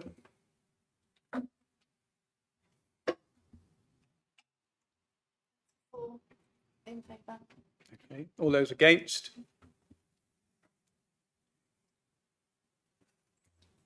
7 against. Any abstentions? 3 abstentions. Therefore, the motion is defeated. Thank you.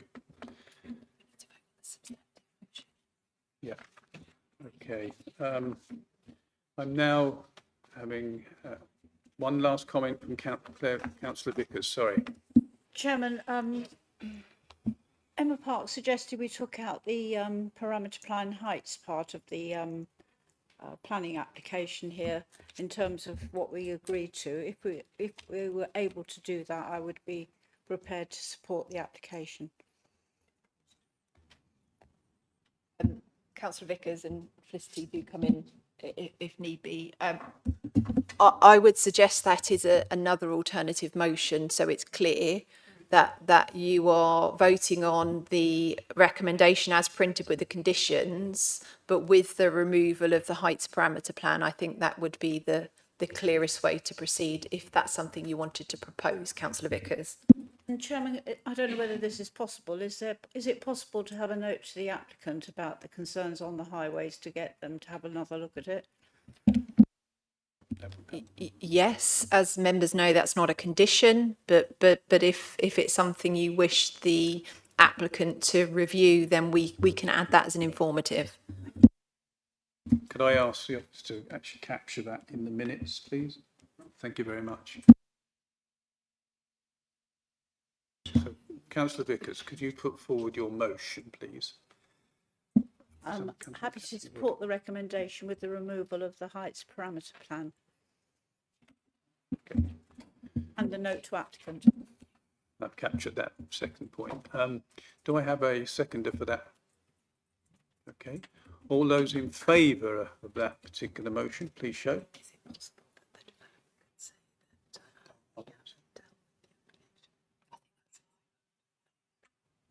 Sorry, could you keep your arms? That's 13 in favour. 13. Any against? 1 against. Any abstentions? No abstentions. Okay, therefore the motion is carried. Thank you.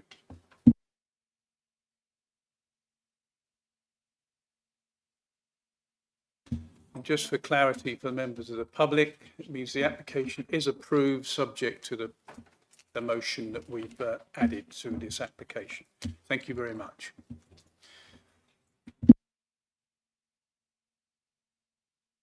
Councillor Vickers, yes, we'll have a 5-minute break. Thank you. And it is 5 minutes, and please do not associate with members of the public. Thank you very much, members.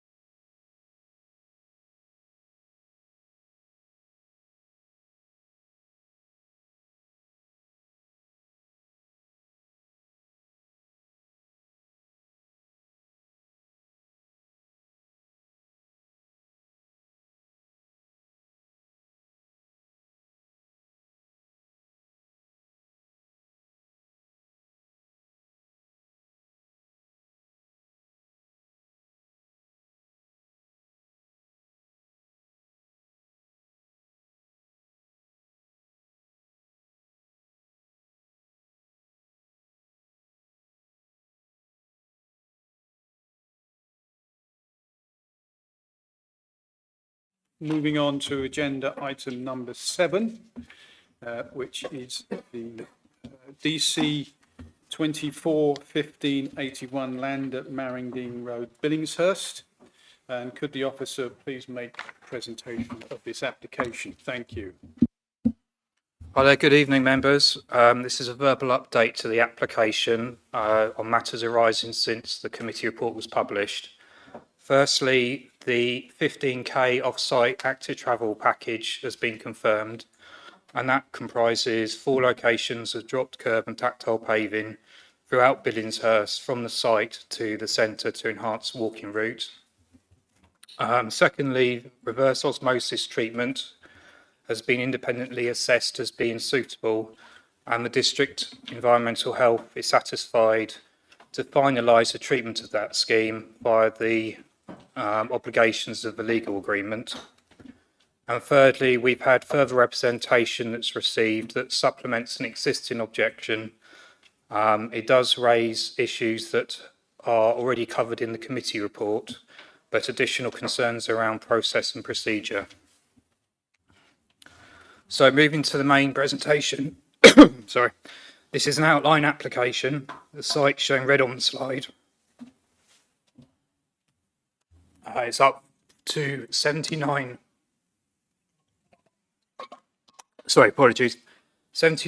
new residential homes, including access and associated works.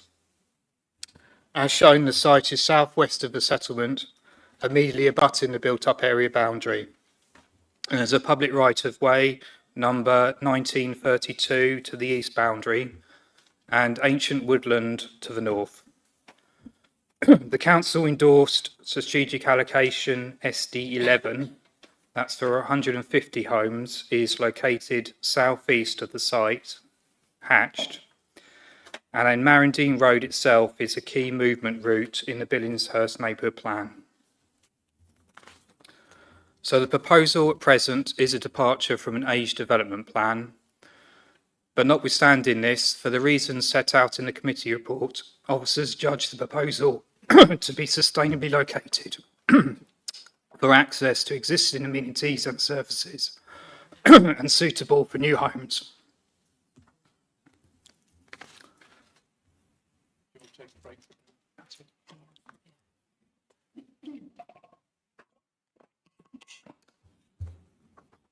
So as shown, the site comprises a grass field with existing mature trees and hedgerows to all the boundaries, creating a strong sense of enclosure. Most existing trees in the site, including an established linear belt extending to the west edge of the site, will be retained, and they will form an effective screen. Glimpse views into the site are from the adjacent public right-of-way.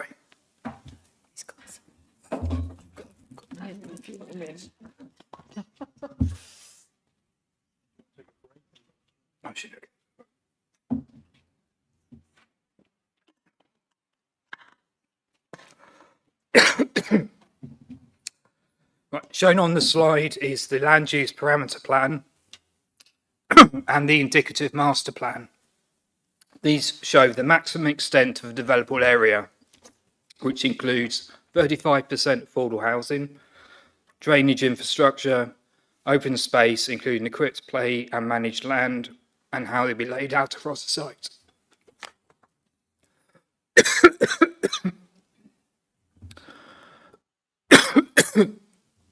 Shown on the slides here is Marringdean Road.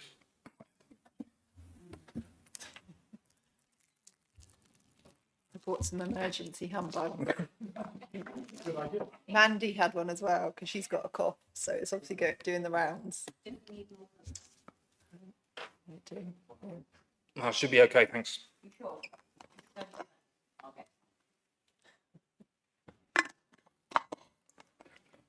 Thank you.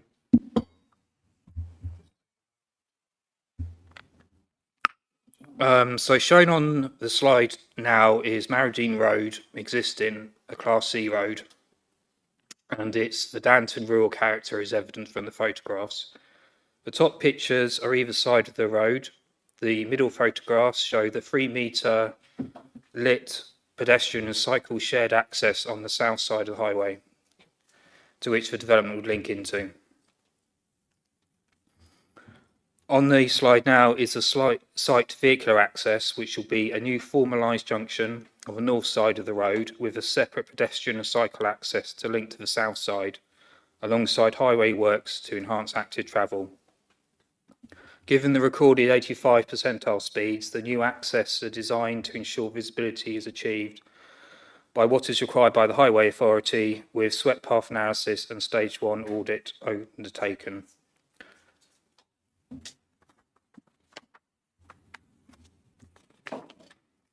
So just returning back to the extensive developable area, this has been informed by the retention of boundary hedgerows and trees with ecology interests protected on the site. Also in response to the rural edge context of the site and the safeguarding of neighbour amenities. The proposal will be drained by sustainable means to satisfaction of the flood authority, and that includes an attenuation basin and pumping station, foul and surface water to the northwest corner, with discharge at a controlled rate, so the runoff will be no greater than the existing greenfield rate. So bringing all the issues together and applying the planning balance, the applicant submits mitigations to address material considerations where necessary and limit and reduce harms against the benefit of the scheme. And this now includes active travel enhancements for wider public benefit. In overall summary, whilst harms are evident, and this is reported and acknowledged in the committee report, these are not judged demonstrable or significant, and then the submitted scheme delivers sustainable development in your officer's view when assessed against national policy, and the application is recommended for approval. Apologies for the delivery of the presentation. No, it's understandable. Thank you very much. Invite the first public speaker, and apologies if I get your name wrong. Roisin Griffiths.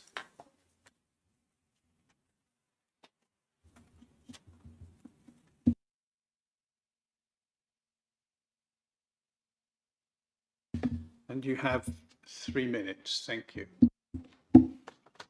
Firstly, I'd like to thank the Planning Committee and the Council for affording me the opportunity to speak at today's meeting, this planning application of DC 241581. And by the way, you've got my name absolutely fine. My name is Roisin Griffiths, speaking on behalf of the residents of Kingsfold Close and Mulberry House, adjacent to the north and the northwest boundaries of the proposed development. I just wish to raise the following concerns. Number one, the housing density and associated car parking. And number two, the impact on the existing landscape. 79 units built within 3.5 hectares results in a housing density of circa 26.33.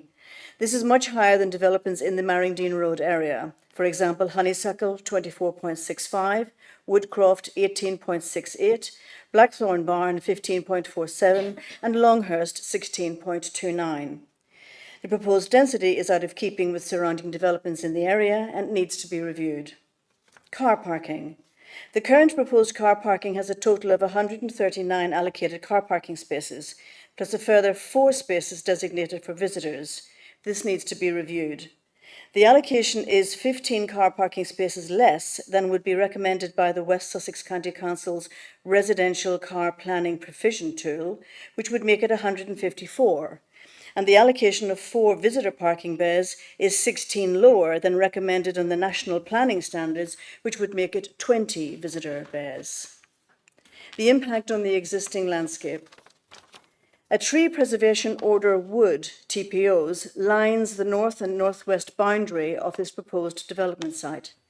The proposed location of the apartments and associated infrastructure of pump station, surface water receptors, associated pipework and access road will directly back onto this protected woodland, threatening to be within 15-metre clearance required of such TPO trees.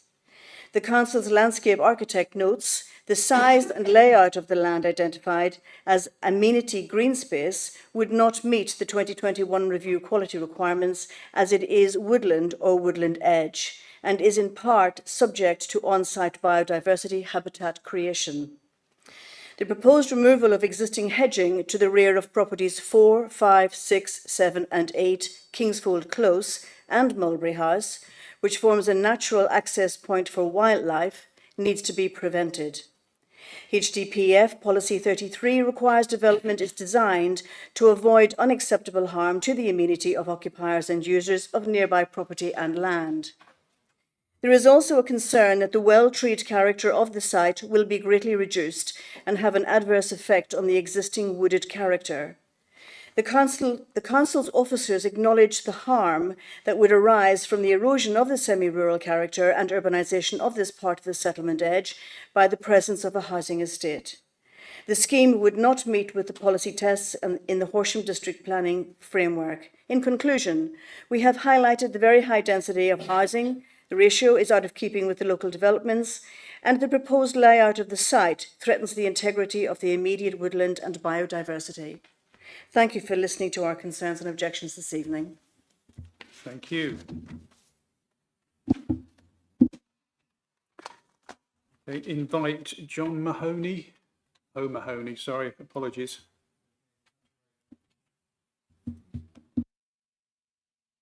And you have 3 minutes.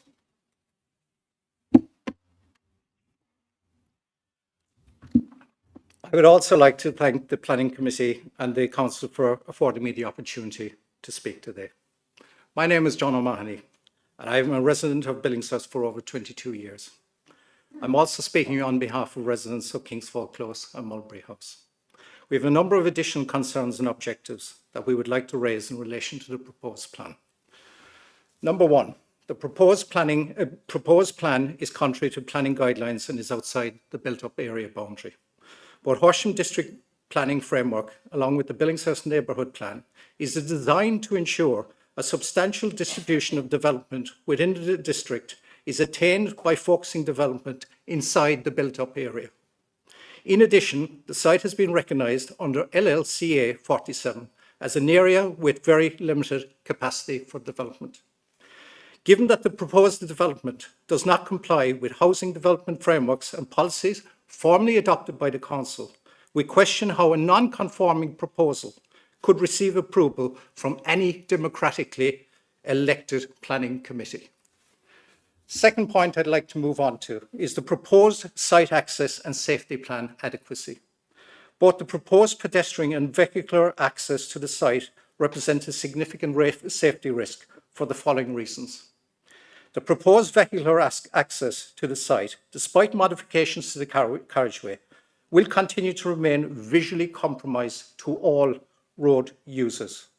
There represents also a significant risk of an accident and injury from the utilisation of a proposed uncontrolled pedestrian crossing by up to 270 future residents, predominantly children, on a busy stretch of road as their only means of access to the local infrastructure and amenities.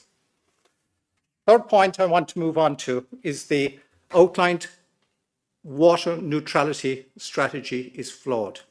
Horsham District is situated in an area of serious water stress, as identified by the Environmental Agency and outlined in a positioning statement issued by Natural England in September 2021.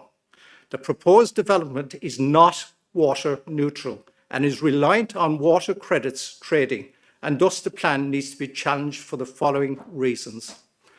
The water demand calculation used by the developer is based on an average housing occupancy of 2.17 people per unit, which in reality should be 3.43 people per unit, given the plan's profile outline with regard to the houses. Grey water schemes such as those outlined in the plan applied elsewhere have rarely matched planning levels of service. It also remains questionable how an indicative borehole located approximately 8 kilometres away from the proposed development site, which is not part of the southern water infrastructure, can practically address the true water demands of the development, not alone the region. Could I ask you to bring your comments to a conclusion, please? Thus, in our opinion, this is simply an exploitation of a planning loophole, and a feasible water neutrality strategy for the development has not been attained. In conclusion, by approving this proposed development, you are sending a message that uncontrolled, ill-advised development cannot be justified despite council policy to protect against such. Therefore, we urge the Planning Committee to reject this flawed development proposal on the basis that it would be a betrayal of democratic principles. Thank you for your time.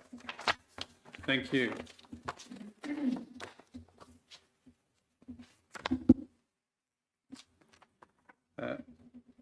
Invite Kirk Dewell, and apologies if I got your name wrong.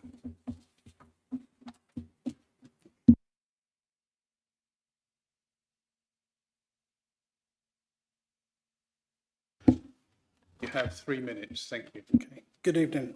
My name is Kirk Jewell and I've lived in Billingshurst for over 6 years. I'm also speaking on behalf of the residents of Kingsford Close and Mulberry House. I wish to raise some serious concerns around the water management proposals under this scheme, specifically around the surface water and foul drainage. With regards to surface water, there is a long-standing issue with the surface water drainage downstream of the proposed development. Several times a year, the ditch and manhole at the junction of Marindine Road and Nats Lane overflows. When this happens, water runs across the pavement like a stream, leaving the pedestrians and including school children the only option but to step into the road to avoid getting their shoes wet. This poses a significant safety hazard, particularly as this location is on a blind bend and near a nursery. In extreme cold weather, the floodwater can freeze, forming sheet ice on the downhill stretch of road. This also increases the risks that vehicles could lose control and skid into the nursery grounds. I have provided previously photos and videos as part of the upload onto the portal showing the flooding evidence. Whilst I acknowledge that this is a pre-existing issue and is not the fault of the proposal or the developer, it is clear from the plans that the surface water is a major constraint on the site. Southern Water has confirmed that there's virtually no spare capacity in their network, meaning that the only discharge option is into the Marindine Road ditch, which is primary purpose is to take the runoff from the roadway. The developer's consultant has proposed a pumped discharge rate that directly aligns with the greenfield runoff rate. However, I believe that the supporting calculations may be flawed. For example, it is unrealistic to assume that 100% of the site runoff will be captured and pumped. Residual surface water will continue to drain into the ditch, and when combined with the pumped flow, will result in a net increase, further worsening the flood risk that I mentioned earlier. Another point to note is I cannot see anywhere on the portal where the West Sussex County Council have explicitly provided permission for the ditch to be used as the primary surface water drainage solution. Furthermore, plans to divert the runoff from the northern part of the site, which currently drains to Dorks Wood, into an already stressed ditch will only worsen the issue.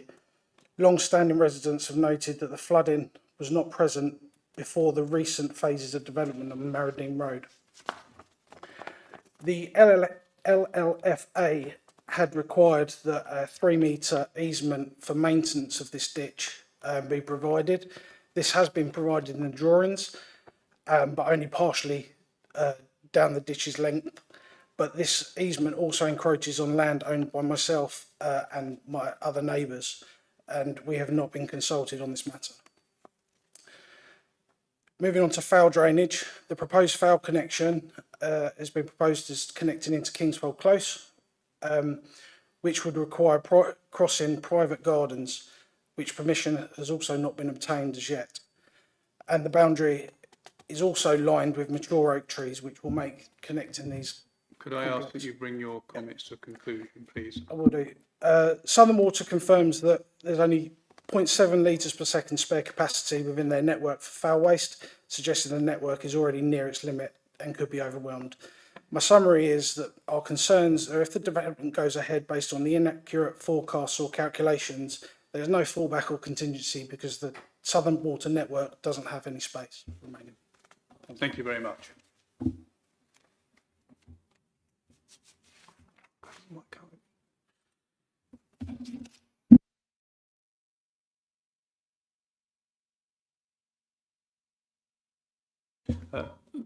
I'd like to invite Loria Johnston, and apologies if I got your name wrong. So, if only I could read.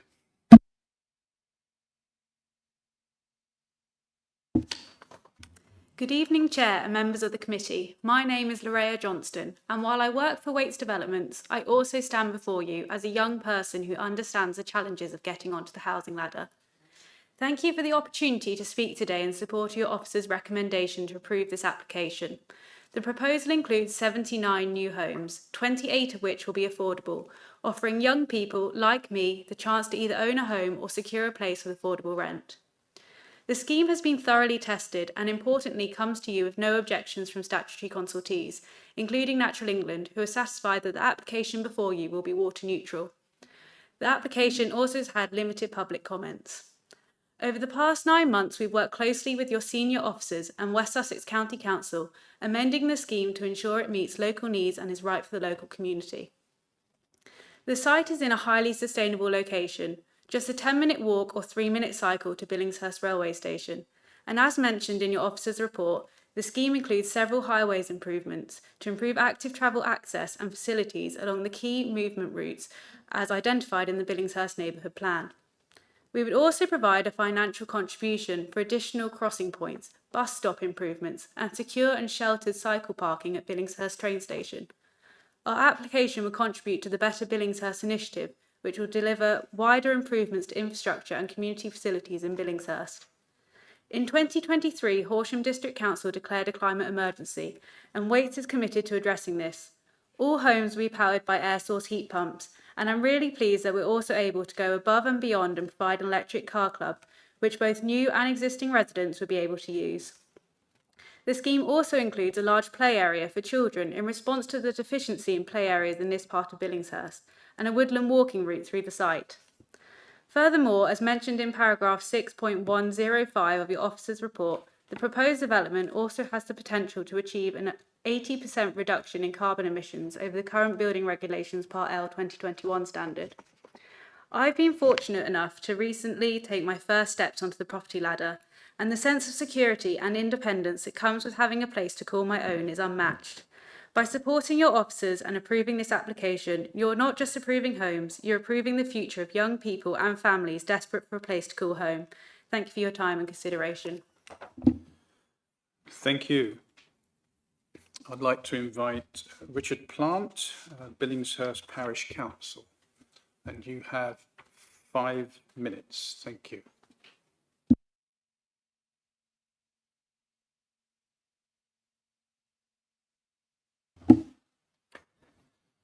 Good evening, and thank you, Mr. Chairman, for the opportunity to speak on this application.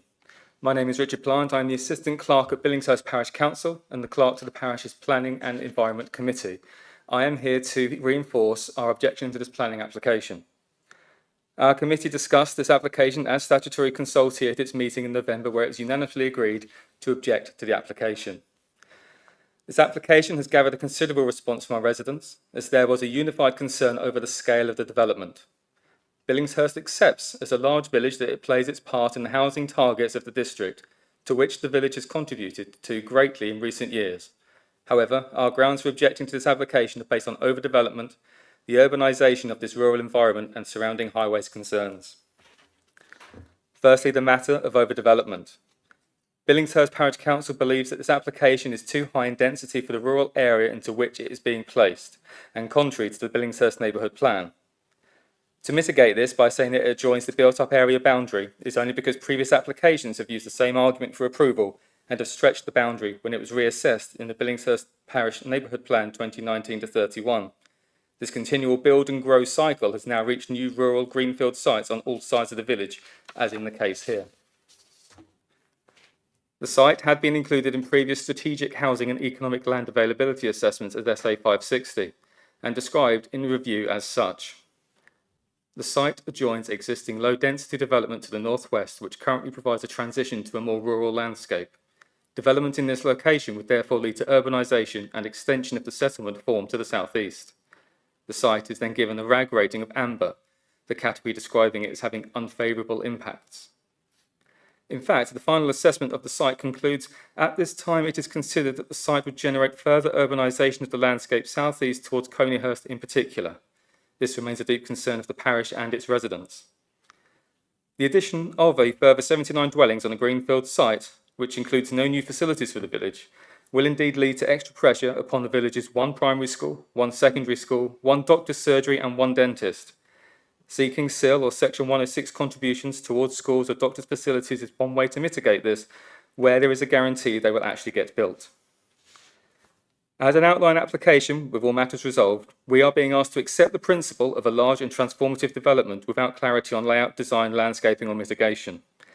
This scheme would lead to the urbanisation of open countryside with visual harm to the rural landscape.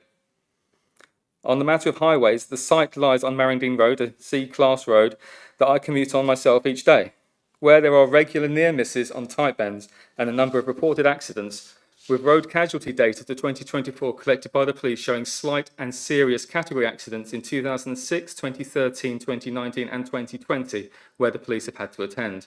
We are fortunate that there is not yet any data in the fatal category. The average house these days has at least 2 cars, meaning the potential addition of 158 or more new cars and their related journeys in this area. Those with children at local schools will all need to drive. There is no morning bus service along this road, although the offer of additional bus stops is welcome, and the route is not walkable with small children owing to the distance. Billingshurst Primary Academy is a 20-minute walk, and the Weald Community School is a 16-minute walk. Those are Google Maps figures. However, as any parent knows, this doesn't include the pace of a small child or the slow motivated teen during the morning school run. Taking the car to school sounds the better option, but both schools are on the other side of Billingshurst railway station's level crossing, causing further delay and more emissions as vehicles sit idle at the crossing. The nearest bus stop is approximately 8-minute walk away, already half the walk to school, so impractical for daily use. The nearest bus service is a rural one. It travels the A29 towards Horsham and services to the south towards Pulborough, a service from a bus stop at Groomsland Drive, even further walk away. There is no sustainable transport method here for a family. These homes are just too far out of the village to be deemed appropriate development in size and scale. Whilst I urge the committee to refuse the application at this density, should the application be approved, we would request that serious consideration is given at this stage or at reserved matters to Section 106 contributions in favour of the following locations within short distance of the application site to support new and existing residents. Improvements, refurbishments or repair of facilities and replacement of equipment at existing play areas at Cranham Avenue and Lower Station Road, and money towards the building of new or replacement clubhouse at Billingshurst Bowling Club. Thank you for your time this evening. Thank you very much. The officers could respond to those points raised. Thank you. Yep, so I've gathered together the comments and I'll deal with those as kind of topic areas first. So there's been quite a lot said about density and overdevelopment. The figures quoted by one of the speakers there differ to what's on the screen, and the reason for that is because there's different ways to work out density per hectare, whether you take the development site in its entirety and including the open space, or you narrow it down to just the built development envelope. So that indicates that reliance on dwelling per hectare is a very basic and crude measure, but it is a measure that's generally used in planning assessments. So you can see on the screen that whilst development is certainly higher than Kingsfold Close, it is comparable to that council endorsed strategic allocation SD11 in our existing local plan to the southeast for 150 homes, which is a consummate distance from all the surfaces and facilities to Billingshurst as the development itself under consideration now. I think it's important to recognise that Kingsfold Close is probably unique now in amongst the character of this part of Billingshurst because of these recent developments that have been built out and completed at what is nationally a national plan policy endorsement, or slightly less, but very near to the 30 dwellings per hectare. You are unlikely to get a development being built at 5 dwellings per hectare coming forward now in the modern estate. But nonetheless, obviously, the urbanising effect is there, and that's been recognised in the submission because the applicant provided a landscape and visual appraisal alongside their submission, which the findings aren't disputed by your officers. The landscape architect took careful consideration of the conclusions, and basically what that carefully assessed through methodology is that the level of visual effect was assessed as moderate, minor and negative in the short term. So that's basically a periods of up to 15 years are assessed to allow for consideration of vegetation that's planted as mitigation or compensation to a scheme to mature. So what they look at is 15 years hence what would be the landscape character impact. And in this case, it was moderate to minor and negative in the short term, reducing to minor in the longer term.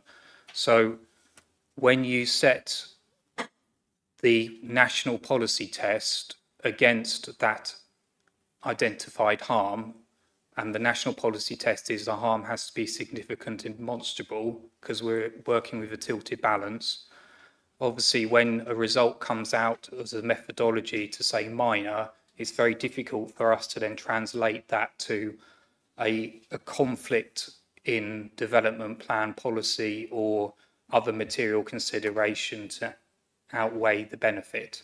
So I think there's, in the report, there's an acceptance that there will be negative visual effect, there'll be loss of tranquility and outlook from short-term negative visual effects of walkers in a single location along the right-of-way on the east boundary, and for people using the sort section of Marradine Road, and for residents of Kingfold Close who look onto it. But we're in a situation where we have to judge, are those minor effects significant and demonstrable? And the view of officers is not, when you set them against the methodology that's been demonstrated in the landscape and visual appraisal, and then obviously applying then national test.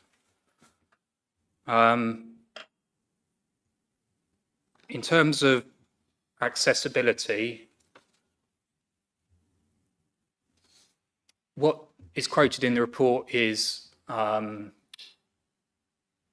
approximates. So what I've done is on the slide, I've taken more accurate measurements of distances, so members are informed before they make a decision. And yes, Billingshurst Primary School is outside of that 800 metres most conducive walk distance, because it's up to 16 to 20 minutes, but it is within the preferred maximum of 2 kilometres. The village centre beyond is beyond that. So in this case, not every destination would be within that 800 metres. But as we've had a recent appeal decision, it's important to recognise that active travel, so walking is only one part of sustainable travel. And we are in a situation where we've got bus stops that are well serviced in the context of an urban environment and the routes that allow them to people to go and access further facilities within that 10 metres, and Billingshurst train station, more importantly and significantly, is within 10 to 12 minutes. So when you look at sustainable travel access in the round, we as officers feel that future residents will be able to access a range of options of sustainable facilities for that reason. And also, obviously, when we allocated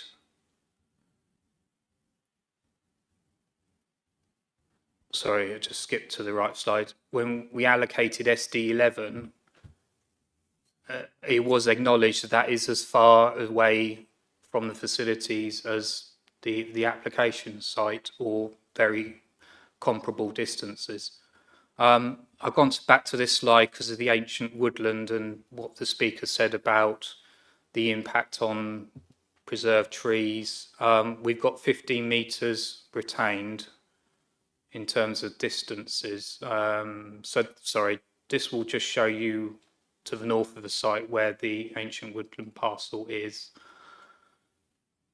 And then you can see that there is a landscape buffer there which retains that good practice guide, and our tree officer is satisfied that there wouldn't be impact on the root systems to that parcel of ancient woodland from the site. We've also recognised in negotiations about the need, following advice from our ecologists, of restricting access to the ancient woodland, because obviously bringing more people in would potentially have trampling effects and detriment to wildlife. So we've deliberately not asked for a connection from the development onto the public right of way which runs into the ancient woodland for that reason. So we have, in our determination of the application, looked with careful consideration about limiting impact on that ancient woodland. There's also on the west side here shown a new area of woodland that would provide additional buffer to Kingsfold Close, and also an established belt of trees would be retained as mentioned in the presentation. So in terms of screening and distance and tree protection of those in perpetuity, we feel confident that that is achievable in the long term. There was mention made about the drainage. So on the indicative master plan, where you see what looks like a circular pond in the far corner, northwest corner of the site, that will be the attenuation basin, and then the square just alongside it is a combined surface foul pumping station. Because it's outline and we don't know what the final fixed figure will be for dwellings, where we are in terms of drainage strategy is a principle of understanding, and that will come through condition and reserve matter stage to the finalised calculations. But the concept of where the routing of the drainage will be has been assessed by the flood authority. They are obviously experts in looking at the calculations. There was some back and forth. I think we were on the third reiteration of a drainage strategy, so it has gone through scrutiny. It hasn't just been accepted, and it has been challenged. And now we are at a point where the flood authority is satisfied, subject to that suite of conditions, asking and requiring the delivery of a finalised scheme to be presented. Some commentary was made about the Alderney watercourse that runs along the north side of Marradine Road, and why Alderney watercourse consent hasn't been obtained yet, and yet we're still looking at the acceptability of the drainage scheme and saying it's okay. So the reason for that is that the developer isn't obliged to provide the Alderney watercourse consent and go through that process before the presentation of a drainage scheme. It is a separate matter. It will be obviously a necessary consent, and there will be a need for them to engage with the neighbours, and equally Southern Water through the foul sewerage is obliged under separate legislation to connect. But for that reason, we as a council can't intervene on how Southern Water engages with neighbours to do that. So although there hasn't been that dialogue yet, and I understand that there's a fear with neighbours, an anxiety about that, but it is really best for them to pursue that with Southern Water, because we as a council are not an intermediary between how Southern Water approaches neighbours on that. But as I said, it will be something that will be given further consideration at reserve matters stage, and hopefully that can be a reassurance to neighbours that the matter isn't finalised here, and they will still have opportunity to scrutinise the drainage as it comes in through either discharge of condition, but also in forms of reserve matters.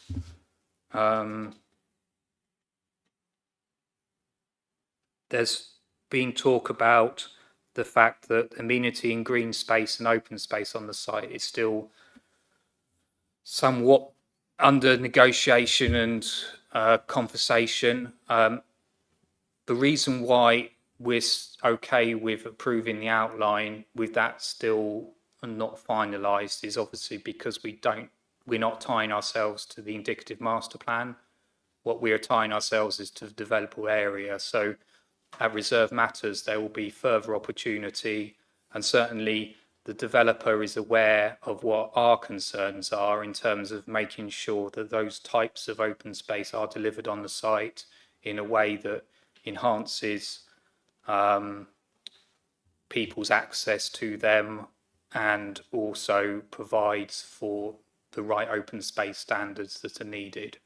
So again, I'm quite confident when reserve matters comes in that will be looked at, because as you can see, it is rather dense in terms of layout here, and there are opportunities to improve certainly some of the incremental spaces there, and certainly as officers we'll strive to achieve that at reserve matters stage.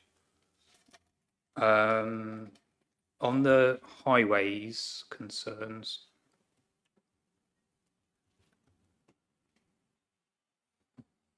so on the survey speeds that have been evidenced, they are lower in both directions than the posted 40 miles an hour.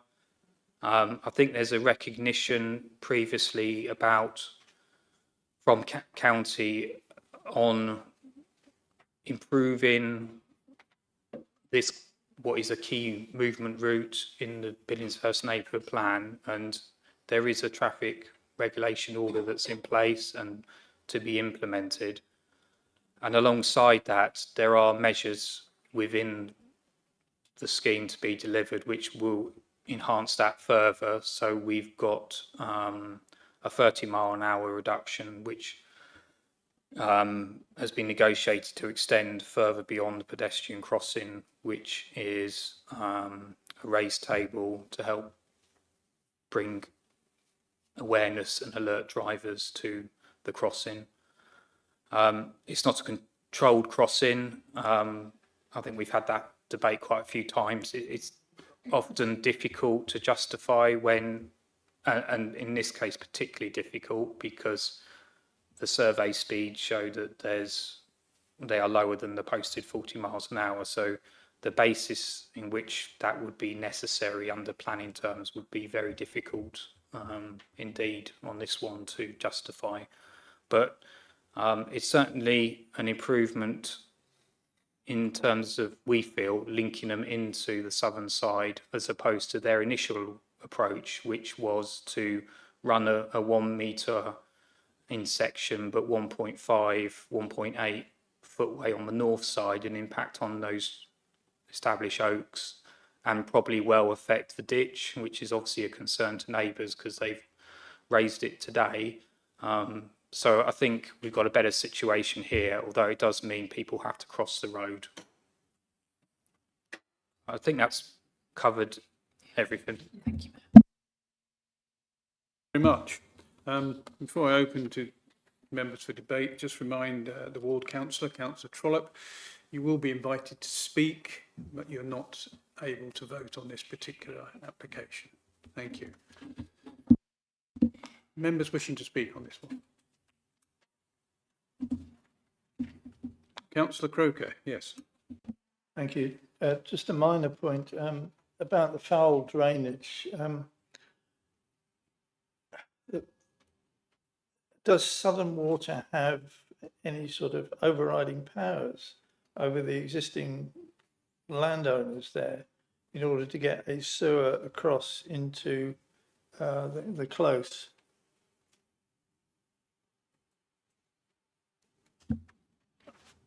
To be honest, I don't know the answer because it's separate to us, because the process wouldn't be one where planners intervene with. So I can't answer that. Okay, thank you. And I was going to thank you for the active travel stuff you've done in terms of sorting a few things out. Thank you. Thank you. Any other member? Councillor Clark, yes, and then I'll come to you, Councillor Troy. Thank you. Can officers clarify paragraph 6.47, which talks about potential noise impacts from a pumping station, but I'm not sure that we've mentioned a pumping station in this. Can you please clarify what pumping station and what's it going to be doing? Presumably sewage, but can you please clarify? Sorry, what was the paragraph again? 6.47, noise.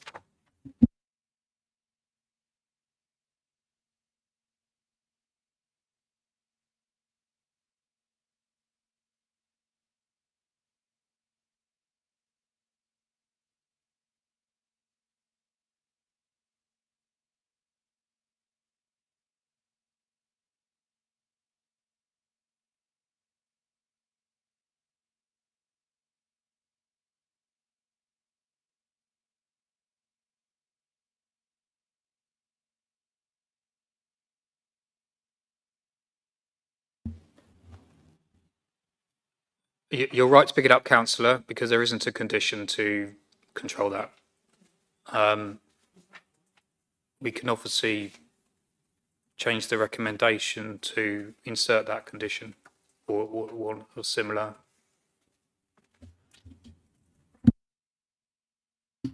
Thank you. That's where I was going with that one. You want to reiterate your point, Councillor Clark? Point is that the comment is made about noise, about a pumping station and other noise, but there is nothing in the conditions to address that issue. Now, if it is because it's too much detail, fine, but I think it ought to be outlined in the conditions to cover that eventuality. The point's just been discussed here. Because we don't know the fixed position of the pumping station yet, because it's outlined, I think it'd be premature to put a condition on now, because the findings of the assessment will become redundant if the outline that pumping station then shifts, and obviously the assessment will have to be done again. So I think we can put an informative on to raise awareness for this to be addressed at reserve matters. But I think a condition is sort of an overstep in terms of, because we don't know quite where the pumping station will be. I mean, because of the strategy, it's very likely to be in that location of some position, but in terms of a fixed distance to a neighbour, which is what a noise consultant would be having to do to undertake a rebuttal or a robust assessment, because they have to stand at a certain distance. It wouldn't make sense for them to do that, undertake that now.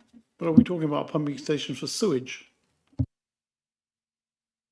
What is the pumping station for? Yeah, so the noise issue is when the pump is on, so the external noise, but again, it will depend on where it's located in terms of where they take that measurement to understand precisely what mitigation, if any, is needed. Yeah, but the question is, what are we pumping? So it's combined foul and surface water. Is this one, like in the previous application, that you can take out of giving the application, or is that overreach? Like the height of the buildings, I mean. I would be hesitant to take it out because it's a key component of the drainage strategy, and there's a suite of conditions which are requiring implementation in accordance with the drainage strategy. So, yeah, I'll be nervous about taking it out because it would undermine that whole basis to why the flood authority were okay with what was being presented. I think perhaps it's been. I wonder if perhaps it's been overthought in terms of it's been identified by the environmental health. It will most likely be background noise. sort of akin to electricity substation. I mean, it will depend on actually, obviously, what facilities are there, but it's not a direct noise in which we would have to consider it at an outline to whether fundamentally a use is incompatible with another, like an industrial use against a residential. It is a means in which they can mitigate it through the building fabric by putting more insulation to reduce that ambient background noise arising from it. Thank you. Thank you. Councillor Tharp, and I come to Councillor Franklin. Thank you. I have a few points. Nothing, I don't think, which would change the officer's recommendation, in my opinion, but nevertheless, some thoughts and some questions that I have. I do question the walking times. I'm not the quickest, slowest walker or the quickest walker. I'm sort of average, and particularly if there was a train and you have to climb up and down those steps, I just question whether or not you can actually get, in 10 minutes. I would think you would probably want to add, roughly, without being too scientific, 25 to 30% extra time from what has been published. And that might, impact parents taking their children to the primary school, particularly if there's a train and they have a pram. Although I do note that across the street in Longhurst and Maple something or another, the parents were already probably coping. But also as you walk down the road, as you walk out of Billingshurst, and you're across from Kingsford Place, there is a manhole cover. You can occasionally have a bit of a whiff of sewage coming from it. And so I do question, and I know it's not anything that we can do anything about, but I do question the capacity of that, particularly with 139 new homes. It's for Southern Water to deal with, I know, but it's just, it is a concern amongst the residents. And also, in terms of the sewerage as well, again, I know it's not for us to comment on, it's for Southern Water, but the residents are concerned about potential having to have any sort of piping put through their properties. They don't want the disruption of any sort of those sort of works. Again, I know it's not a consideration for our decision. I do note as well that you have taken a child to school. You do have to cross the road twice, as the officer mentioned.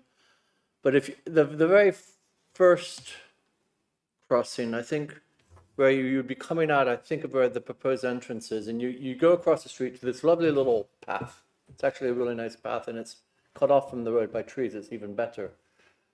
But when you stand right there, facing toward the new development, so you're coming off of, you're basically going east, I suppose. Particularly if you're small. Yeah, I mean, I did crouch down to do this exercise. If you look to your right, again, it's the old thing that we talk about endlessly, about cars and the turn, the speed of the cars and the sight. It's a constant theme. We always talk about it, but it's definitely an issue there that I don't know, maybe an informative or something that we could put in to suggest a lower speed limit, a TPO of some description. Is it already 30? I believe it's 40 at that place. I might be wrong. But it's also on a bend as well. Again, it's all the same sort of things we talk about. On the actual site itself, it seems to be a gentle slope downwards. It's sort of the highest elevation the further you go away from Kingsford Close, and so it goes downhill very gently, maybe 2%, I think, maybe 1 or 2% toward Kingsford Close. So I think also there's a concern. I know there's an attenuation pond being built in. But with the extra, the hard surface roads we're going to have and the houses that we're going to have, I think there is a concern about the drainage and whether or not the attenuation pond would be enough. And there was another point I had.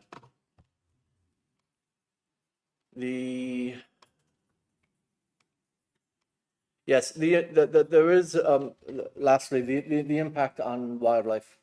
Again, I don't think it's impactful enough to stop this application. But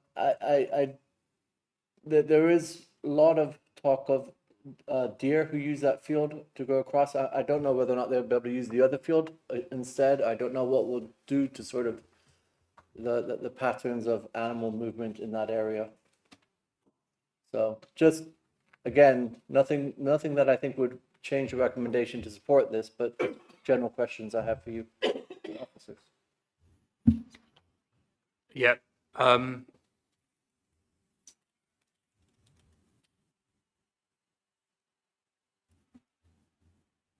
So sorry. On the the capacity of Southern Water is a consideration, but the point is that the Southern Water consultation is that it's near to capacity, it's not at capacity, and Southern Water does have the ability to request other means through planning to slow down development and phase it when there is a capacity issue, but it hasn't done so in this instance. So it feels that there is enough infrastructure in its system to deliver it within the existing regulations that it enforces. In terms of wildlife corridor, so on the western boundary, we have got an area of new woodland, and we have got that wildlife corridor, landscape corridor, call it what you want. It won't be fenced off because it's part of BNG on site. So we would want to make sure that those areas are protected for wildlife and not accessed for general amenity. So on the slide where you see the developable area on the western boundary, that woodland, our ecologist has asked for fencing to go in there to make sure that people and dog walkers are not there trampling that new habitat because it's BNG and needs to be provided. So that in itself will be more responsive to wildlife because they won't get the interference of human activity around it, although obviously it is a narrowed corridor, but it does lead on to the ancient woodland. In terms of access, I think there was talk about it's 40 miles an hour. We do have a speed reduction measure here, and that will be delivered as part of development. So where you see the rundles on the photograph at the bottom, those will be 30 miles an hour because it's part of a traffic regulation order. So we wouldn't need the informative because that's already come into effect at county. It came into effect in October last year. So the speed reduction will happen irrespective of the application. What the application is doing is building on that through more enhancements. So I do appreciate your point about people and children having to cross the road, but hopefully it will be a much better situation with the TRO being implemented and also this raised table that's coming in with the crossing. Thank you. Thank you. So, and I did finally, if I may, I remembered that the other point that I had forgotten. There was concern among some of the residents about the location of the apartment building that's going to be built. I know that you and I discussed that in a correspondence, and if you could, at least for the benefit of them, could you explain the answer that you gave to me that you did not support the location being further away, closer to the entrance and further away from Kingsford Close, but rather I think I'm modeling it around, but yeah. So on the slide, on the indicative master plan, where you've got the attenuation basin, which going back to the point you made about is the design sufficient, the capacity is sufficient on the basis of the calculations, the shape. You can see that there's another larger footprint building. So that will be the apartment block at 2.5, because as each development comes forward, it needs to provide a mix of dwellings. So unlike the conversation and the discussion on the previous application, we're kind of actually in the reverse situation where it's in the lowest part of the site, as I understand it. And you can kind of see on this picture where the land slopes, because obviously for drainage purposes, they want to utilise where the water collects. So it's not the highest point of the site. And I know Kingsfold neighbours have contacted yourself and would like the apartment block relocated. There was mention made on the eastern side. The concern with that is obviously we've had the landscape visual appraisal, and that's worked out the impact to be minor, well, moderate, and then reducing to minor on the basis of where the massing of the buildings will be indicatively.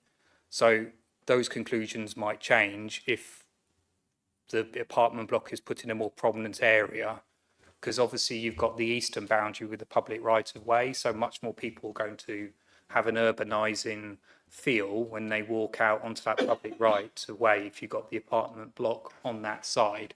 So I can understand why the neighbours want it away from them, but where it's located is the least visually harmful from a wider landscape point of view, because you've got the ancient woodland screen in there, and it's against the settlement edge, which is where you would expect bigger buildings to be because they were less prominent. But again, it's that same sort of discussion we had where buildings aren't fixed positions. It could be that where you've got on the indicative master plan in the centre of the site, that might well be better suited for the apartment block. So we can take that all away and give, Okay. and advise that at reserve matters that there might be other places which are not any greater harm in terms of landscape, but are better suited in terms of how the arrangement works on the site. Certainly the middle site where you've got that big triangle of land there, that could possibly where you could front a bigger building. Okay. I think, yeah, because the additional concern was the potential, and I can't verify there would be one, but the potential impact on the ancient woodland by having a greater concentration of people next to it versus a little bit further away. I don't know how valid that is. And finally, and I do promise I finish here, I would like to applaud the active travel arrangements in this application. I think they are exemplary. So thank you. Thank you, Councillor Trollope. Councillor Franklin, you had your hand up some time ago. Thanks. I think it's a fairly quick one. Firstly, I just want to recognise that that the residents' concern about the density of this proposed development, but thanks to the officer for explaining the relative density compared to the other areas fairly close by to it. I'm just looking at 6.45 in the documentation, I guess I'm seeking just a bit of assurance perhaps for residents, because it says in there that the number of dwellings is not presently fixed, and I'm just wondering what assurance we can provide that the density wouldn't end up being even greater than what is proposed in the indicative master plan. So they've applied for up to 79, no more. Yeah, so for the avoidance doubt, what you're saying is it could not be greater than that.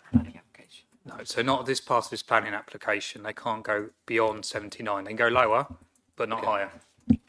Thanks very much for the clarification. Any member has a burning question they want to ask, a point they wish to raise before we go to the vote on this? Okay, thank you very much. The recommendation is to approve outline planning permission subject to appropriate conditions and subject to the completion of the necessary Section 106 agreement within 4 months of the decision of this committee, or such longer period as agreed by the Director of Place acting reasonably and properly. All those in favour, please show.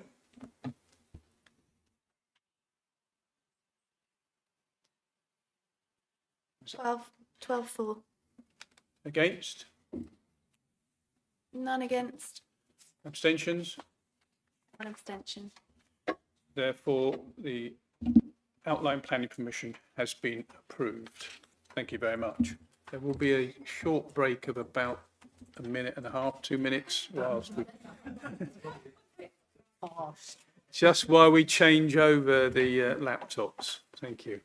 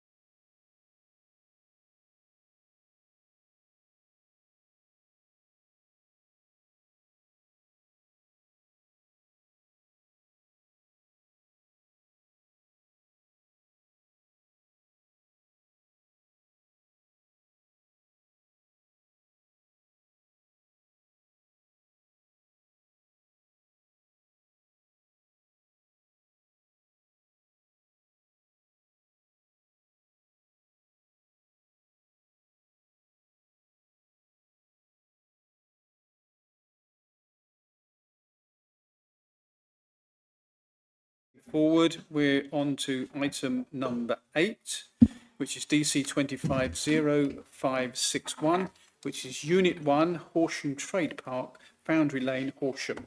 Please could the officer make their presentation? Thank you. Thank you. I'm Jason Hawkes, Principal Planning Officer. I'll be doing the last 3. This relates to Unit 1 Horsham Trading Estate. Before I start, members should note that one of the objections received is from the Horsham Society. This is not stated in the report, so I thought I'd just make that clear. Application relates to a commercial unit located within Horsham Trading Estate, which is off Foundry Lane in Horsham. You can see the site here highlighted in red to the eastern side of the estate. It's important to note that the site is within a key employment area where commercial uses are acceptable in principle. This slide shows the site within the key employment area, which is the dark blue. A slide also shows the proximity of the unit to the nearest residential properties to the east at Abbotsbury Court. This shows an aerial view. Here we can see parking an area to the front of the unit, which is also, and you can also see the adjacent flats here quite clearly. So here we have a photo of the existing unit with a parking front and roller shutter doors for the unit. Planning permission is sought retrospectively to retain the use of the unit for storage and distribution purposes. This is under Class B8. The unit was formerly used for vehicle servicing and an MOT centre. The submission states that the current use has been in operation since 2021. The current proposal does not include any alterations to the building or the parking area. This plan shows the existing and proposed ground floor, which is mainly for storage. And here we see the existing proposed first floor. Again, no alterations proposed here.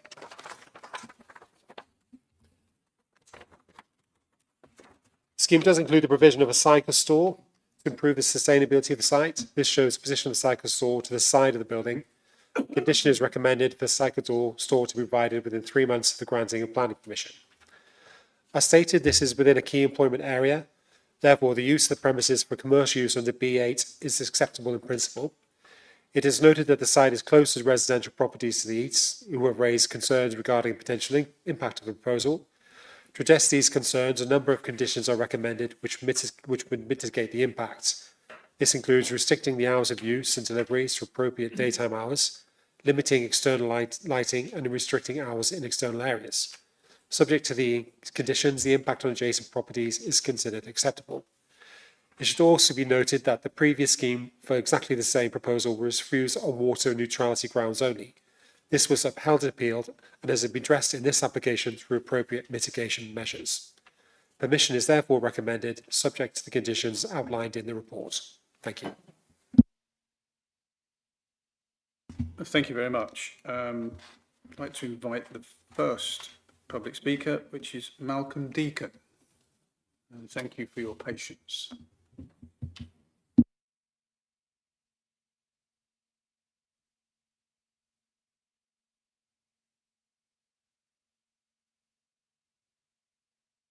And you have 3 minutes, sorry.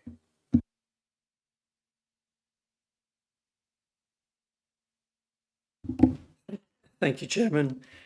My name is Malcolm Deacon and I've lived in Crawford Gardens for the last 27 years in a property backing directly onto the eastern end of the Horsham Trading Estate occupied by FFS. We're extremely unhappy with the planning report presented to the committee as it fails to take into account many objections to the application and our real experiences of living with the consequences of daily operational activities of the applicant's company. Time only allows me to deal with 2 of them here, namely the hours of operation and the levels of generated noise. The applicant seeks to extend the opening hours defined from the unit that have existed for over 30 years, 8 a.m. to 6 p.m. on weekdays and 8 till 1 on Saturdays, in order to start earlier every day and also to work on Sundays and bank holidays. The same change to the early morning opening was proposed in 2007 for Unit 2, and following residents' objections was rejected by this committee on the grounds of retaining the amenity of neighbouring residents. We think this sets a principle for retaining the 8 a.m. starting time.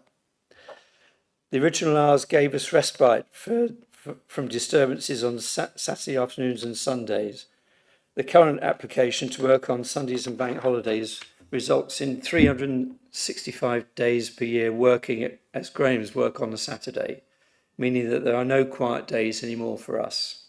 This causes us a great deal of inescapable stress and represents a major degradation to our amenity.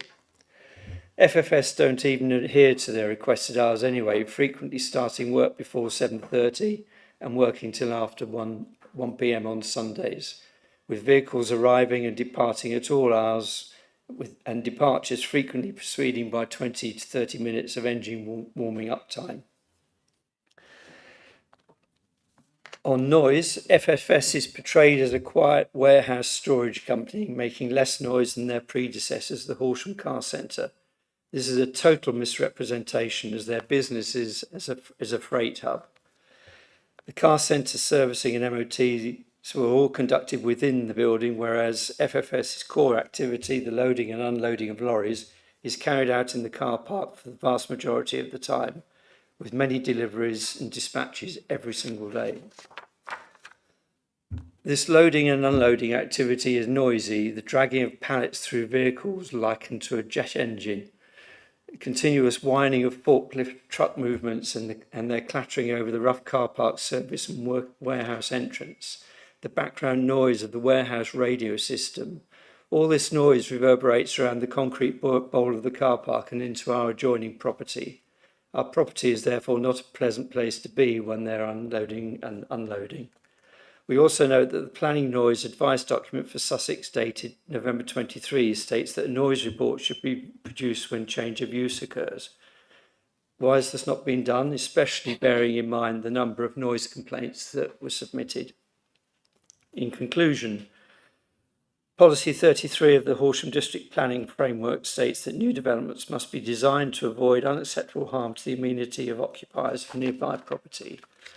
The activities of freight forwarding solutions clearly fails to do this, with a resultant loss of our amenity denying us the right to be able to enjoy our house and garden. We're reasonable people, but this current situation is absolutely intolerable. Could you bring your comment to conclusion, please? We therefore object to the proposed application and respectfully ask that it be rejected. If, however, the committee is not minded to do this, then as a minimum we would ask that it only be accepted with the same constraints that as have historically been applied to this unit as outlined earlier, both in terms of hours of operation and strict applicable levels of permissible noise generation during working and non-working hours. These constraints must be enforceable and enforced when necessary. Thank you very much. Thank you.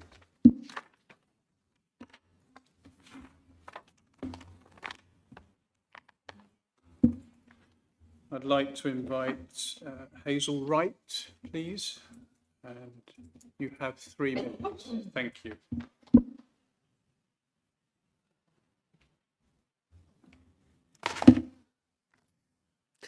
Hello, I'm Hazel Wright, also a resident of Crawford Gardens that backs onto the FFS site. Firstly, I'd like to say this is a retrospective planning application, as you said, for a site that previously had strictly controlled operational hours. So it's been operating without enforceable controls for over 3 years now, and that has been severely detrimental to our peace and the enjoyment of our properties. We've always accepted a reasonable level of noise as neighbours to an industrial park, but previously the council agreed that operating on Sundays and before 8 a.m. were unacceptable. This application seeks to allow 7:30 a.m. starts on both Sundays and bank holidays. The council previously supported us by enforcing no noise in Unit 1 from lunchtime Saturday for the rest of the weekend, which gave us some respite. This plan, if approved, will allow operations every day of the year, which is unreasonable and stressful for residents. The application refers to Abbotsbury Court as the nearest residential neighbours and makes no reference to the houses in Crawford Gardens that literally back onto the car park and the main warehouse door. We feel our previous complaints have been repeatedly ignored and sidelined. 2 councillors have written in support of our grievances, which we're grateful for, but we've had no other acknowledgement of our complaints or attempts to curtail the frequent antisocial noise. The application claims to have considered the Human Rights Act and a person's right to the enjoyment of property. We would argue that the outdoors nature of the freight and distribution operation has a significant impact on our peaceful enjoyment, because the work largely takes place outdoors in the echoey car park that's only feet away from our gardens. We hear articulated lorries, engines running for extended periods, metal trolleys, movement, banging, reversing alarms, radios, men shouting, etc. And we have lights shining into our properties, all directly behind our garden fences.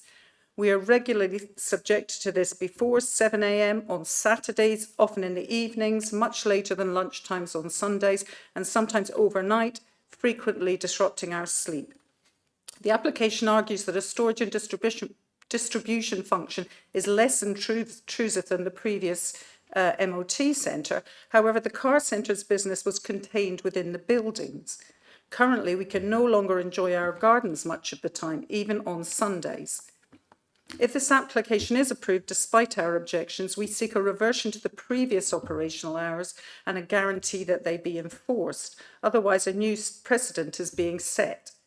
We would also seek the placement of effective screening for noise and light on the boundary of the property, as other businesses in the Foundry Lane Industrial Park have been required to install. Thank you. Thank you very much. I'd like the officers to respond to those comments. Sure. I mean, we take the points on board, and that's being considered in the reports. Should be noted that this was subject to a previous appeal, where that was just on water neutrality grounds only, presuming that it was the same hours proposed under that application, which the inspector found acceptable. I mean, there is going to be some impacts from noise from a key employment area. That's to be expected, but yes, it shouldn't be detrimental to residential amenity, which is why we've put the conditions in there, including the hours of use. It's understood the hours of use are a bit weird in that they've proposed to be closed on a Saturday and open on a Sunday and bank holidays. That's in reflection of the hours of use they're proposed. So that's why we've got those hours of use proposed there, which do seem a bit strange. And also should be noted that Environmental Health haven't objected to this application subject to conditions, which is the reason why we've gone with this application subject to conditions, which include the hours of use, but also no new external lighting and no power tools or mobile hand tools to be used in the external areas. Thank you.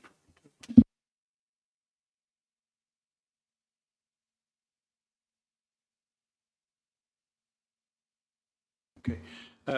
Before I open up to the members to debate, just raise with the councillor, board member, Councillor Raby, he will be invited to speak, but he will not be able to vote on this particular application. Thank you. Councillor Knoll, yes. Sorry, just a bit of clarification. 6.31, and I heard the officer mention it just now, says closed on Saturday, and yet the evidence we've heard from residents have said the noise continues through Saturday and Sundays. I'm not sure what's... I can't clarify what's actually happening on site, but what has been applied for are hours on Sunday and not on Saturday. And obviously that is what the applicant has applied for. And obviously, if granted, they would have to adhere to those hours and therefore not operate on a Saturday. Thank you. That's great. Councillor Vickers, and I'll come to you afterwards, Councillor Trott. Thank you, Chairman. Thank you for that clear presentation. I'm surprised that they want to operate on a Sunday and bank holidays from 7:30 in the morning. I think that's totally unreasonable. Can we amend the hours of working conditions on the site? I think it sets a dangerous precedent, and I think it's unreasonable to impact on nearby residents on a Sunday and bank holidays. It is open to members to consider the hours of operation. Obviously, a proposal has been put forward and we have consulted Environmental Health on that, but it is open to members to reconsider that condition if you consider that's reasonable. Thank you. Okay, yes, Councillor Trollope, and I come to you, Councillor Franklin. I'm particularly sympathetic because I'm myself quite sensitive to noise, and I don't think I would be able to live where they are living. But I do wonder, is it a reasonable and enforceable condition to ask for there to be soundproofing, particularly if there is a precedent for other units in the immediate vicinity having done so? And I don't even know how effective they are, but I imagine they must have some effect. They are effective, but we'd be guided by environmental health on that. So if environmental health were saying we're only going to support this application if you put in acoustic fencing, then that's something we'd seek and probably condition. But they haven't made that request as part of this application. So it would be unreasonable to require that, considering the environmental health have not seen it as being appropriate. So it would be unreasonable for us to vote for a condition of that. It's down to the councillors whether they decide to go with that condition. Yeah, but from our professional opinion, it's not necessary for this application. Usually, if you're requiring noise mitigation, you would have an evidence base to support you in that respect. So I would be cautious around adding a condition without first having discussed that further with environmental health colleagues who obviously are the experts in that field. Can we condition an investigation? No. Okay. Go to Councillor Franklin. We'll come to you. Councillor Franklin. Thanks. Yes. Yeah, there's some query around the hours of operation. I do understand that probably from an operational point of view for logistics, it will be around, getting flights out on the next working day and having vehicles prepared for that. So there will be probably sound operational reasons why they're applying for that. However, I do agree that the operation on a Sunday and a Saturday afternoon is probably sorry? No, I didn't say Saturday. I said Saturday afternoons. So I think that there would be a reasonable expectation for this to operate on a Saturday morning, in line with the other units that are there. But I would also support a proposal that limited operations to Saturday mornings, at the weekends, and not on Saturday afternoons or Sundays or bank holidays. Thank you. I will come to you in a moment, Councillor Vickers and Councillor Clark. Councillor van der Burg. Just a question with regards to the residents. There was a comment that their houses are closer, but they weren't including monitoring. Is that correct? Can we be certain about that? I don't know what they mean in terms of monitoring. Obviously, we've got a complaints process through our compliance team where we'll investigate matters. As part of a planning application, we would consult any neighbours immediately adjoining the site. Without investigation, I can't comment on those points further, but due process has been followed as far as I'm concerned. But we are taking health and safety advice not to build a acoustic fence, and so we need to be sure that they have been properly accounted for.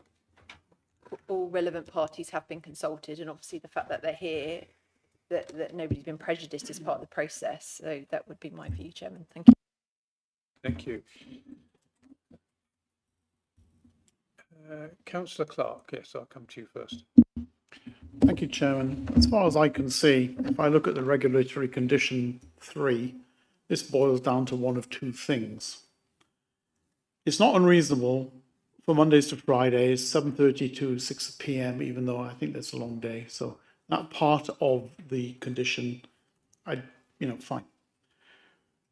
For me, where it boils down to is either that the place stays closed on a Saturday and operates part-time on a Sunday, or we insist that it operates on a Saturday and be shut on a Sunday. In view that the applicant is asked to work on a Sunday and have the Saturday off, I would propose and make a modified, whatever it is, that the condition be rewritten so that it be as written here, that no deliveries, dispatches, external operations, trade or other activities, including the operation of plant roller, blah, blah, blah, shall take place except between the hours of 07:30 and 1800 hours on Mondays to Friday, between 9:30 and 1500 on Sunday, and no time on a Saturday or public holiday, which will give the local residents time and respite. And I don't think that is unreasonable. So that's my proposal to the meeting. Thank you. I'll come back to you in a moment, Councillor Clark, because you've had your hand up for some time. Chairman, I don't know whether you want to take a vote on that because I was going to make an alternative proposal on the hours of working. I don't know which way you want to do this. Councillor Clark was first. Okay. Okay. We will go with Councillor Clark's proposal first.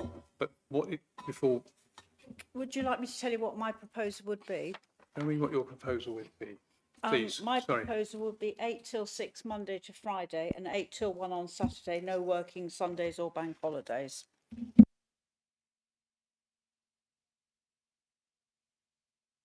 Well, as Councillor Clark came first, we will go with the change to the condition as proposed by Councillor Clark. If you could just reiterate that for me, please.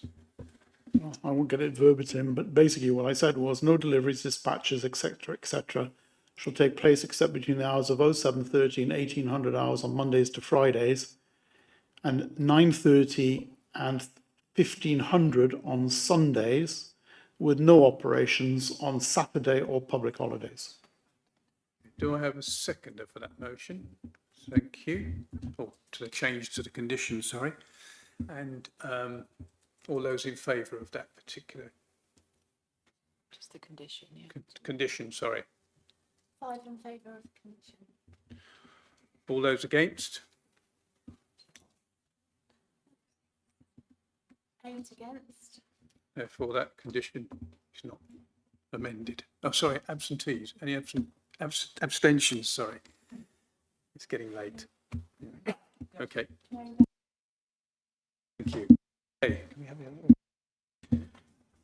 Councillor Vickers, you want to put forward your change to the condition again, please, so that we're Chairman, clear? thank you. My proposal is 8 to 6 p.m, 8 a.m. to 6 p.m. Monday to Friday, and 8 a.m. to 1 p.m. Saturday, no working Sundays or bank holidays. Can I just comment on that? I just don't understand. I don't think we have it in our power to force a company to stay open when they want to be closed.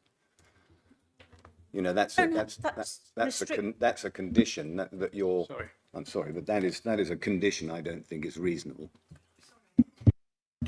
Sorry, I'll invite the officer to come in on this point, please. Thank you, Chairman. Members are at liberty to consider hours of operation. And it's the unit and the use itself. It's not a particular company that you're considering when you consider those hours of use. That company could leave, that another one could move in. So it's the use and the hours of operation related to that particular unit. So members are at liberty to consider that. But Councillor van der Berg is right, that might not work for the company. So the company would have two choices. They can appeal against that condition to the inspectorate and see what their views are on it. And or if that's not successful and they can't adhere to the alternative hours, they would have to find an alternative premises. But it is open to members to put forward an alternative hours of operation. Thank you. Councillor Knoll.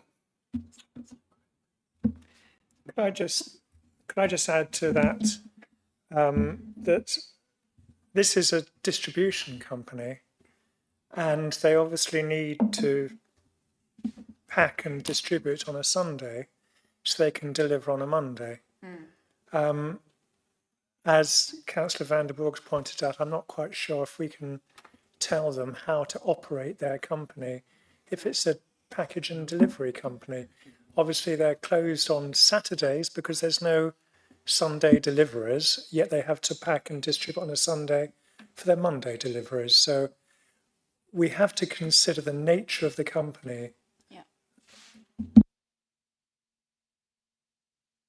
I will come back to you in a moment, Councillor Vickers, because Councillor Croker, sorry. I'm not Thank going you, to Chair. prolong this much. Just standing back a little bit, the reason we're having these discussions about hours is, I think, primarily because of noise. And in essence, we're flying blind here because we've not had a report, an assessment of the noise produced by this site. It's not a new site, it's been in operation for some time. So I would propose that we defer this item until we have had a full noise report.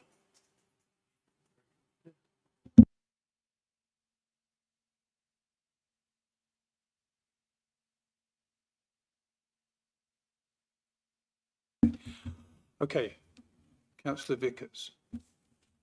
Chairman, I'd just like to say there are a number of units in Southwater which are operating B8 use distribution, and they don't open on Sundays or bank holidays. It's quite normal to be able to pack on a Saturday for Monday delivery. Thank you. Sorry, I'm not going to prolong this much further. Councillor Vickers, having heard what Councillor Croker said, do you wish to withdraw your motion or could change to the condition? Chairman, I'd like advice from the officers, please, on whether any noise assessment is going to make a difference to my proposal.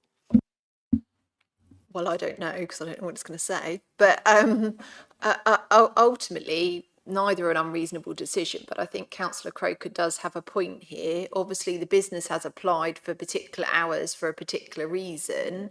And whilst the hours run with the use of the building, we have to be mindful of the wider economic benefits of employment.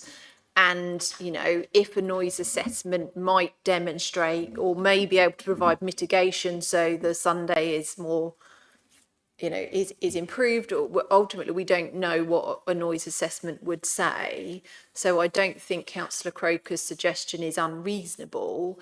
And perhaps if one is submitted, and obviously we, you know, can't guarantee the applicant is going to submit one, but if they submit one, then at least you would be better informed to move forward. But ultimately that decision rests with you members. Thank you. In that case, Chairman, I withdraw my proposal. Let's have a noise assessment. Thank you. Okay, just before we go, no, I'm going to go to the motion put forward by Councillor Croker in a moment. But Councillor Blackburn, you did put your hand up. Well, I just wanted to clarify something. Thank you, Chairman. Somebody who spoke earlier said this is retrospective and it's been this way for 3 years. Can an officer clarify for me what the hours of operation actually are? We can see what the applicant would like them to be. But what are they? The hours of operation relate to the lawful use of the building, which is when it was an MOT. And from what the neighbours have said, that was 8 till 6 and 8 till 1 on a. I don't have that application before me, but ultimately they've obviously been operating unlawfully for the last 3 years because they don't have permission for the use in which they are operating from. So they've had no hours to meet because the use itself hasn't had permission. Thank you. Okay, Councillor Croker, would you like to just repeat what your proposal was, or motion?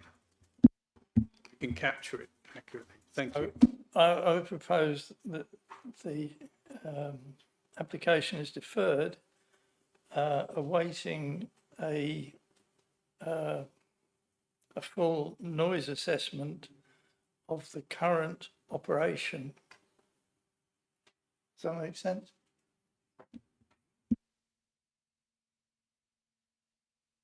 So, Councillor Croker, just to clarify, your motion is to defer the application, requesting the submission of a full noise assessment of the current operations at the site. Do I have a seconder? Okay, thank you. All those in favour, please show.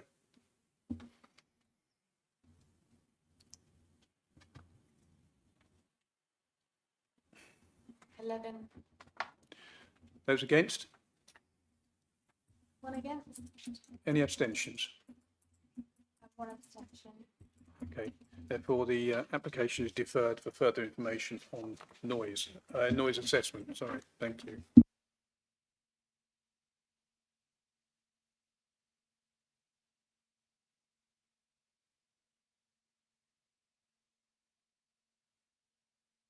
Thank you. Moving on to item number 9. This is DC 250412.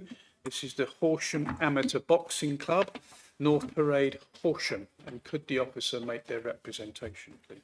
Thank you. So before I start, clarification regarding Natural England's comments in the report on page 123 states that Natural England have objected to the proposal. It should be noted that this is Natural England's standing advice relating to all the development and is not in relation to this specific proposal. Water neutrality is addressed in the report, where it was determined that the scheme would not result in any additional water usage. Application relates to a standalone timber building located to the west side of Horsham Park, just north of a car park.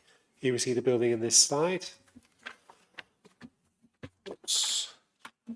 Should be noted that the wall for the park to the west of this building is listed, and as outlined in the report, the proposal is considered appropriate in the context of this listed wall. Permission is sought for a single-storey extension to the building for the use of Horsham Boxing Club.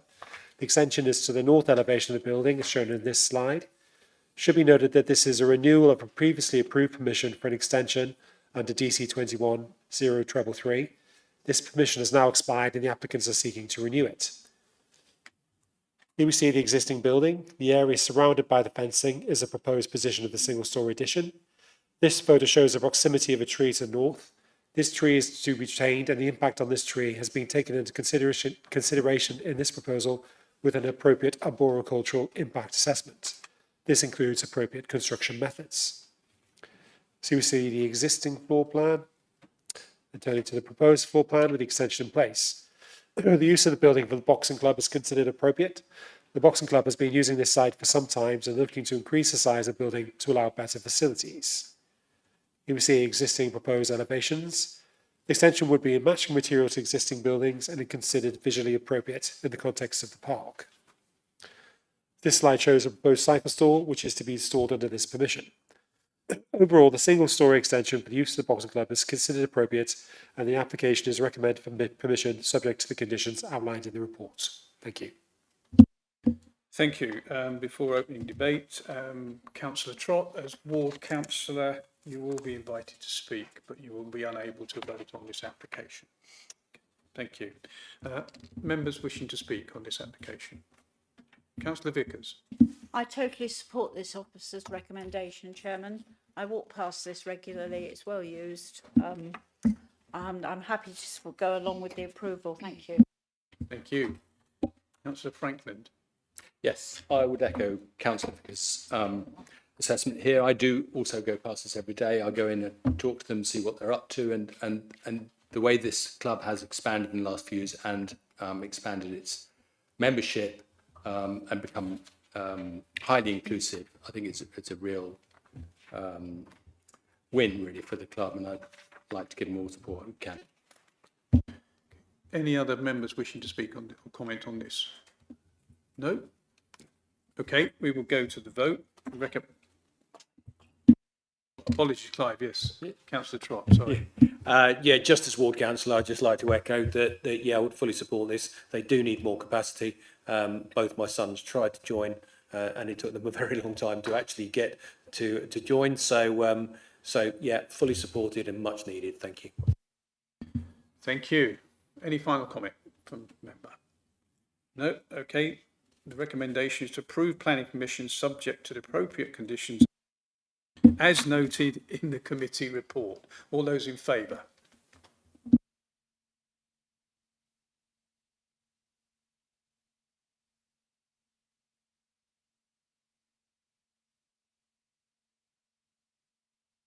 Thank you. Therefore, the application has been approved.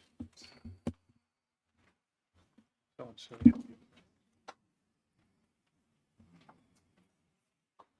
Are you okay? You okay? You're not allowed to engage, but I just want to make sure colleagues okay. Okay.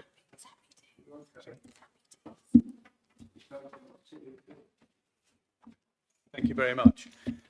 Moving on to item number 10, which is DC 24-1629, Hatches House, East Street, West Chiltington. And could the officer make their representation, please? Thank you. This application relates to an outbuilding to the north of Hatch's house, which is to the north side of East Street in West Chiltington. You can see the outbuilding here outlined in red on this slide. This slide shows the building in more detail. Permission was previously being granted for the conversion of the building into a separate residential unit in 2020. This application seeks minor amendments to approval under Section 73 of the Town and Country Planning Act. This slide shows the proposed layout under the current application. This plan shows 2 parking spaces for the dwelling and a rear garden. So here shows the building in question with works underway for the conversion. Here we see the approved floor plans of the buildings. These were approved under a previous Section 73 application to amend the original permission. This shows the layout for the dwelling with 3 bedrooms. So here we see the proposed layout under the current application in a comparison. This approval would have resulted in further minor amendments to the internal layouts, but no increase in size. The most significant being the formation of an additional bedroom, which was formerly a snug, to the top left-hand corner here. So here we see the proposed elevations. The faint pink outline here on these plans denote what was previously approved. As indicated in the report and shown here, the external alterations would not significantly alter the appearance of the building as approved. The most significant changes here to the north elevation to the top side there. Additional roof lights are proposed to the north elevation, and there is also a slight increase in the height of this addition. The proposal also removes a small gable end proposed to the north elevation. So here we see further proposed elevations. Again, the alterations here are minor and considered appropriate. The most significant change here is removal of chimney to the east elevation, which is the bottom picture there, when you can see the chimney in pink, which is to be removed. As outlined in the report, proposal has addressed water neutrality through additional measures to reduce water usage. The proposed alterations are all appropriate in relation to their impacts on the amenity of adjacent properties, highway considerations, and with no direct overlooking resulting from additional windows. So overall, the changes are considered appropriate and permission is recommended, subject to conditions outlined in the report. Thank you. Thank you very much. I'd like to invite one public speaker who's been incredibly patient, Mark Minchell. I hope I've got your name correct.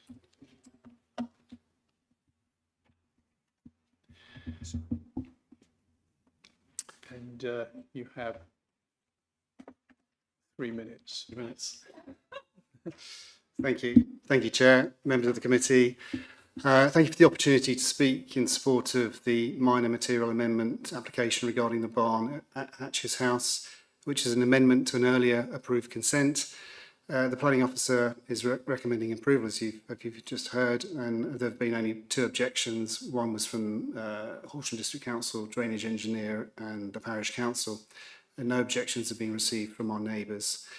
The HDC engineer requested additional drainage detail, but the officer has confirmed that as the building footprint has not changed, this was unnecessary and that surface water had already been approved under the previous consent in effect. The parish council felt that the new application merited a full detailed application rather than a minor material amendment via delegated consent, and therefore wished the matter to go to committee, which of course it now has.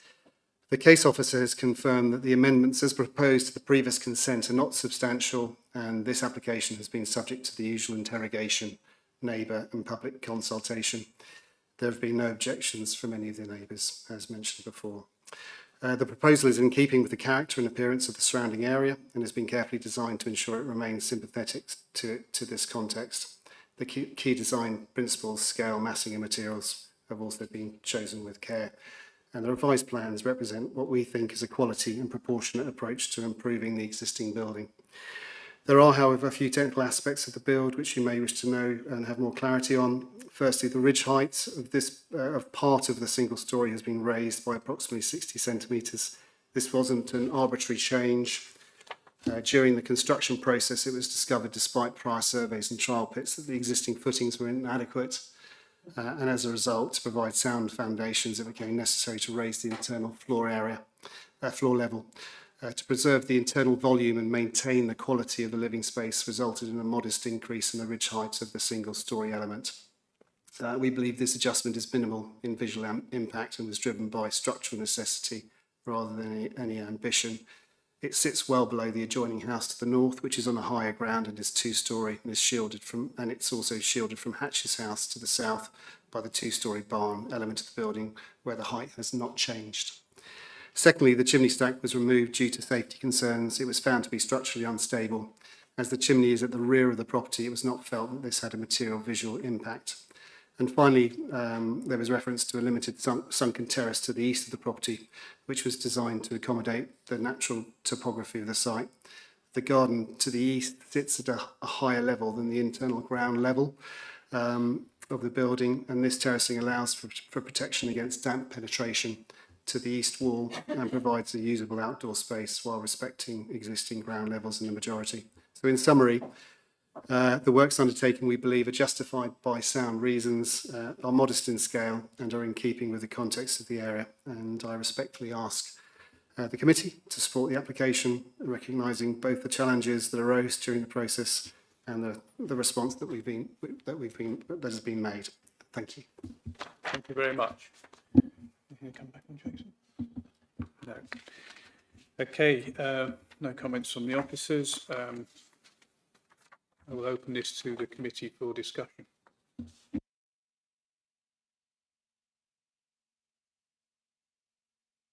No comments? Okay, in that case, I will go to the vote. And the recommendation is that we approve planning permission subject to appropriate conditions as noted in the committee report. All those in favour? Must be getting low. 14, that's unanimous. Unanimous, therefore your application has been approved. And thank you for your patience. Okay, apologies members for the sound issues at the beginning of the meeting this evening, which we will discuss with IT and the third-party supplier. Finally, I'd like to thank the officers for their contribution, the comprehensive committee report and their presentations, our barrister and members for your contribution this evening, and wish you all a safe journey home. And at 21:03, I bring the meeting of the Planning Committee to a close. Thank you very much. Thank you, Chairman.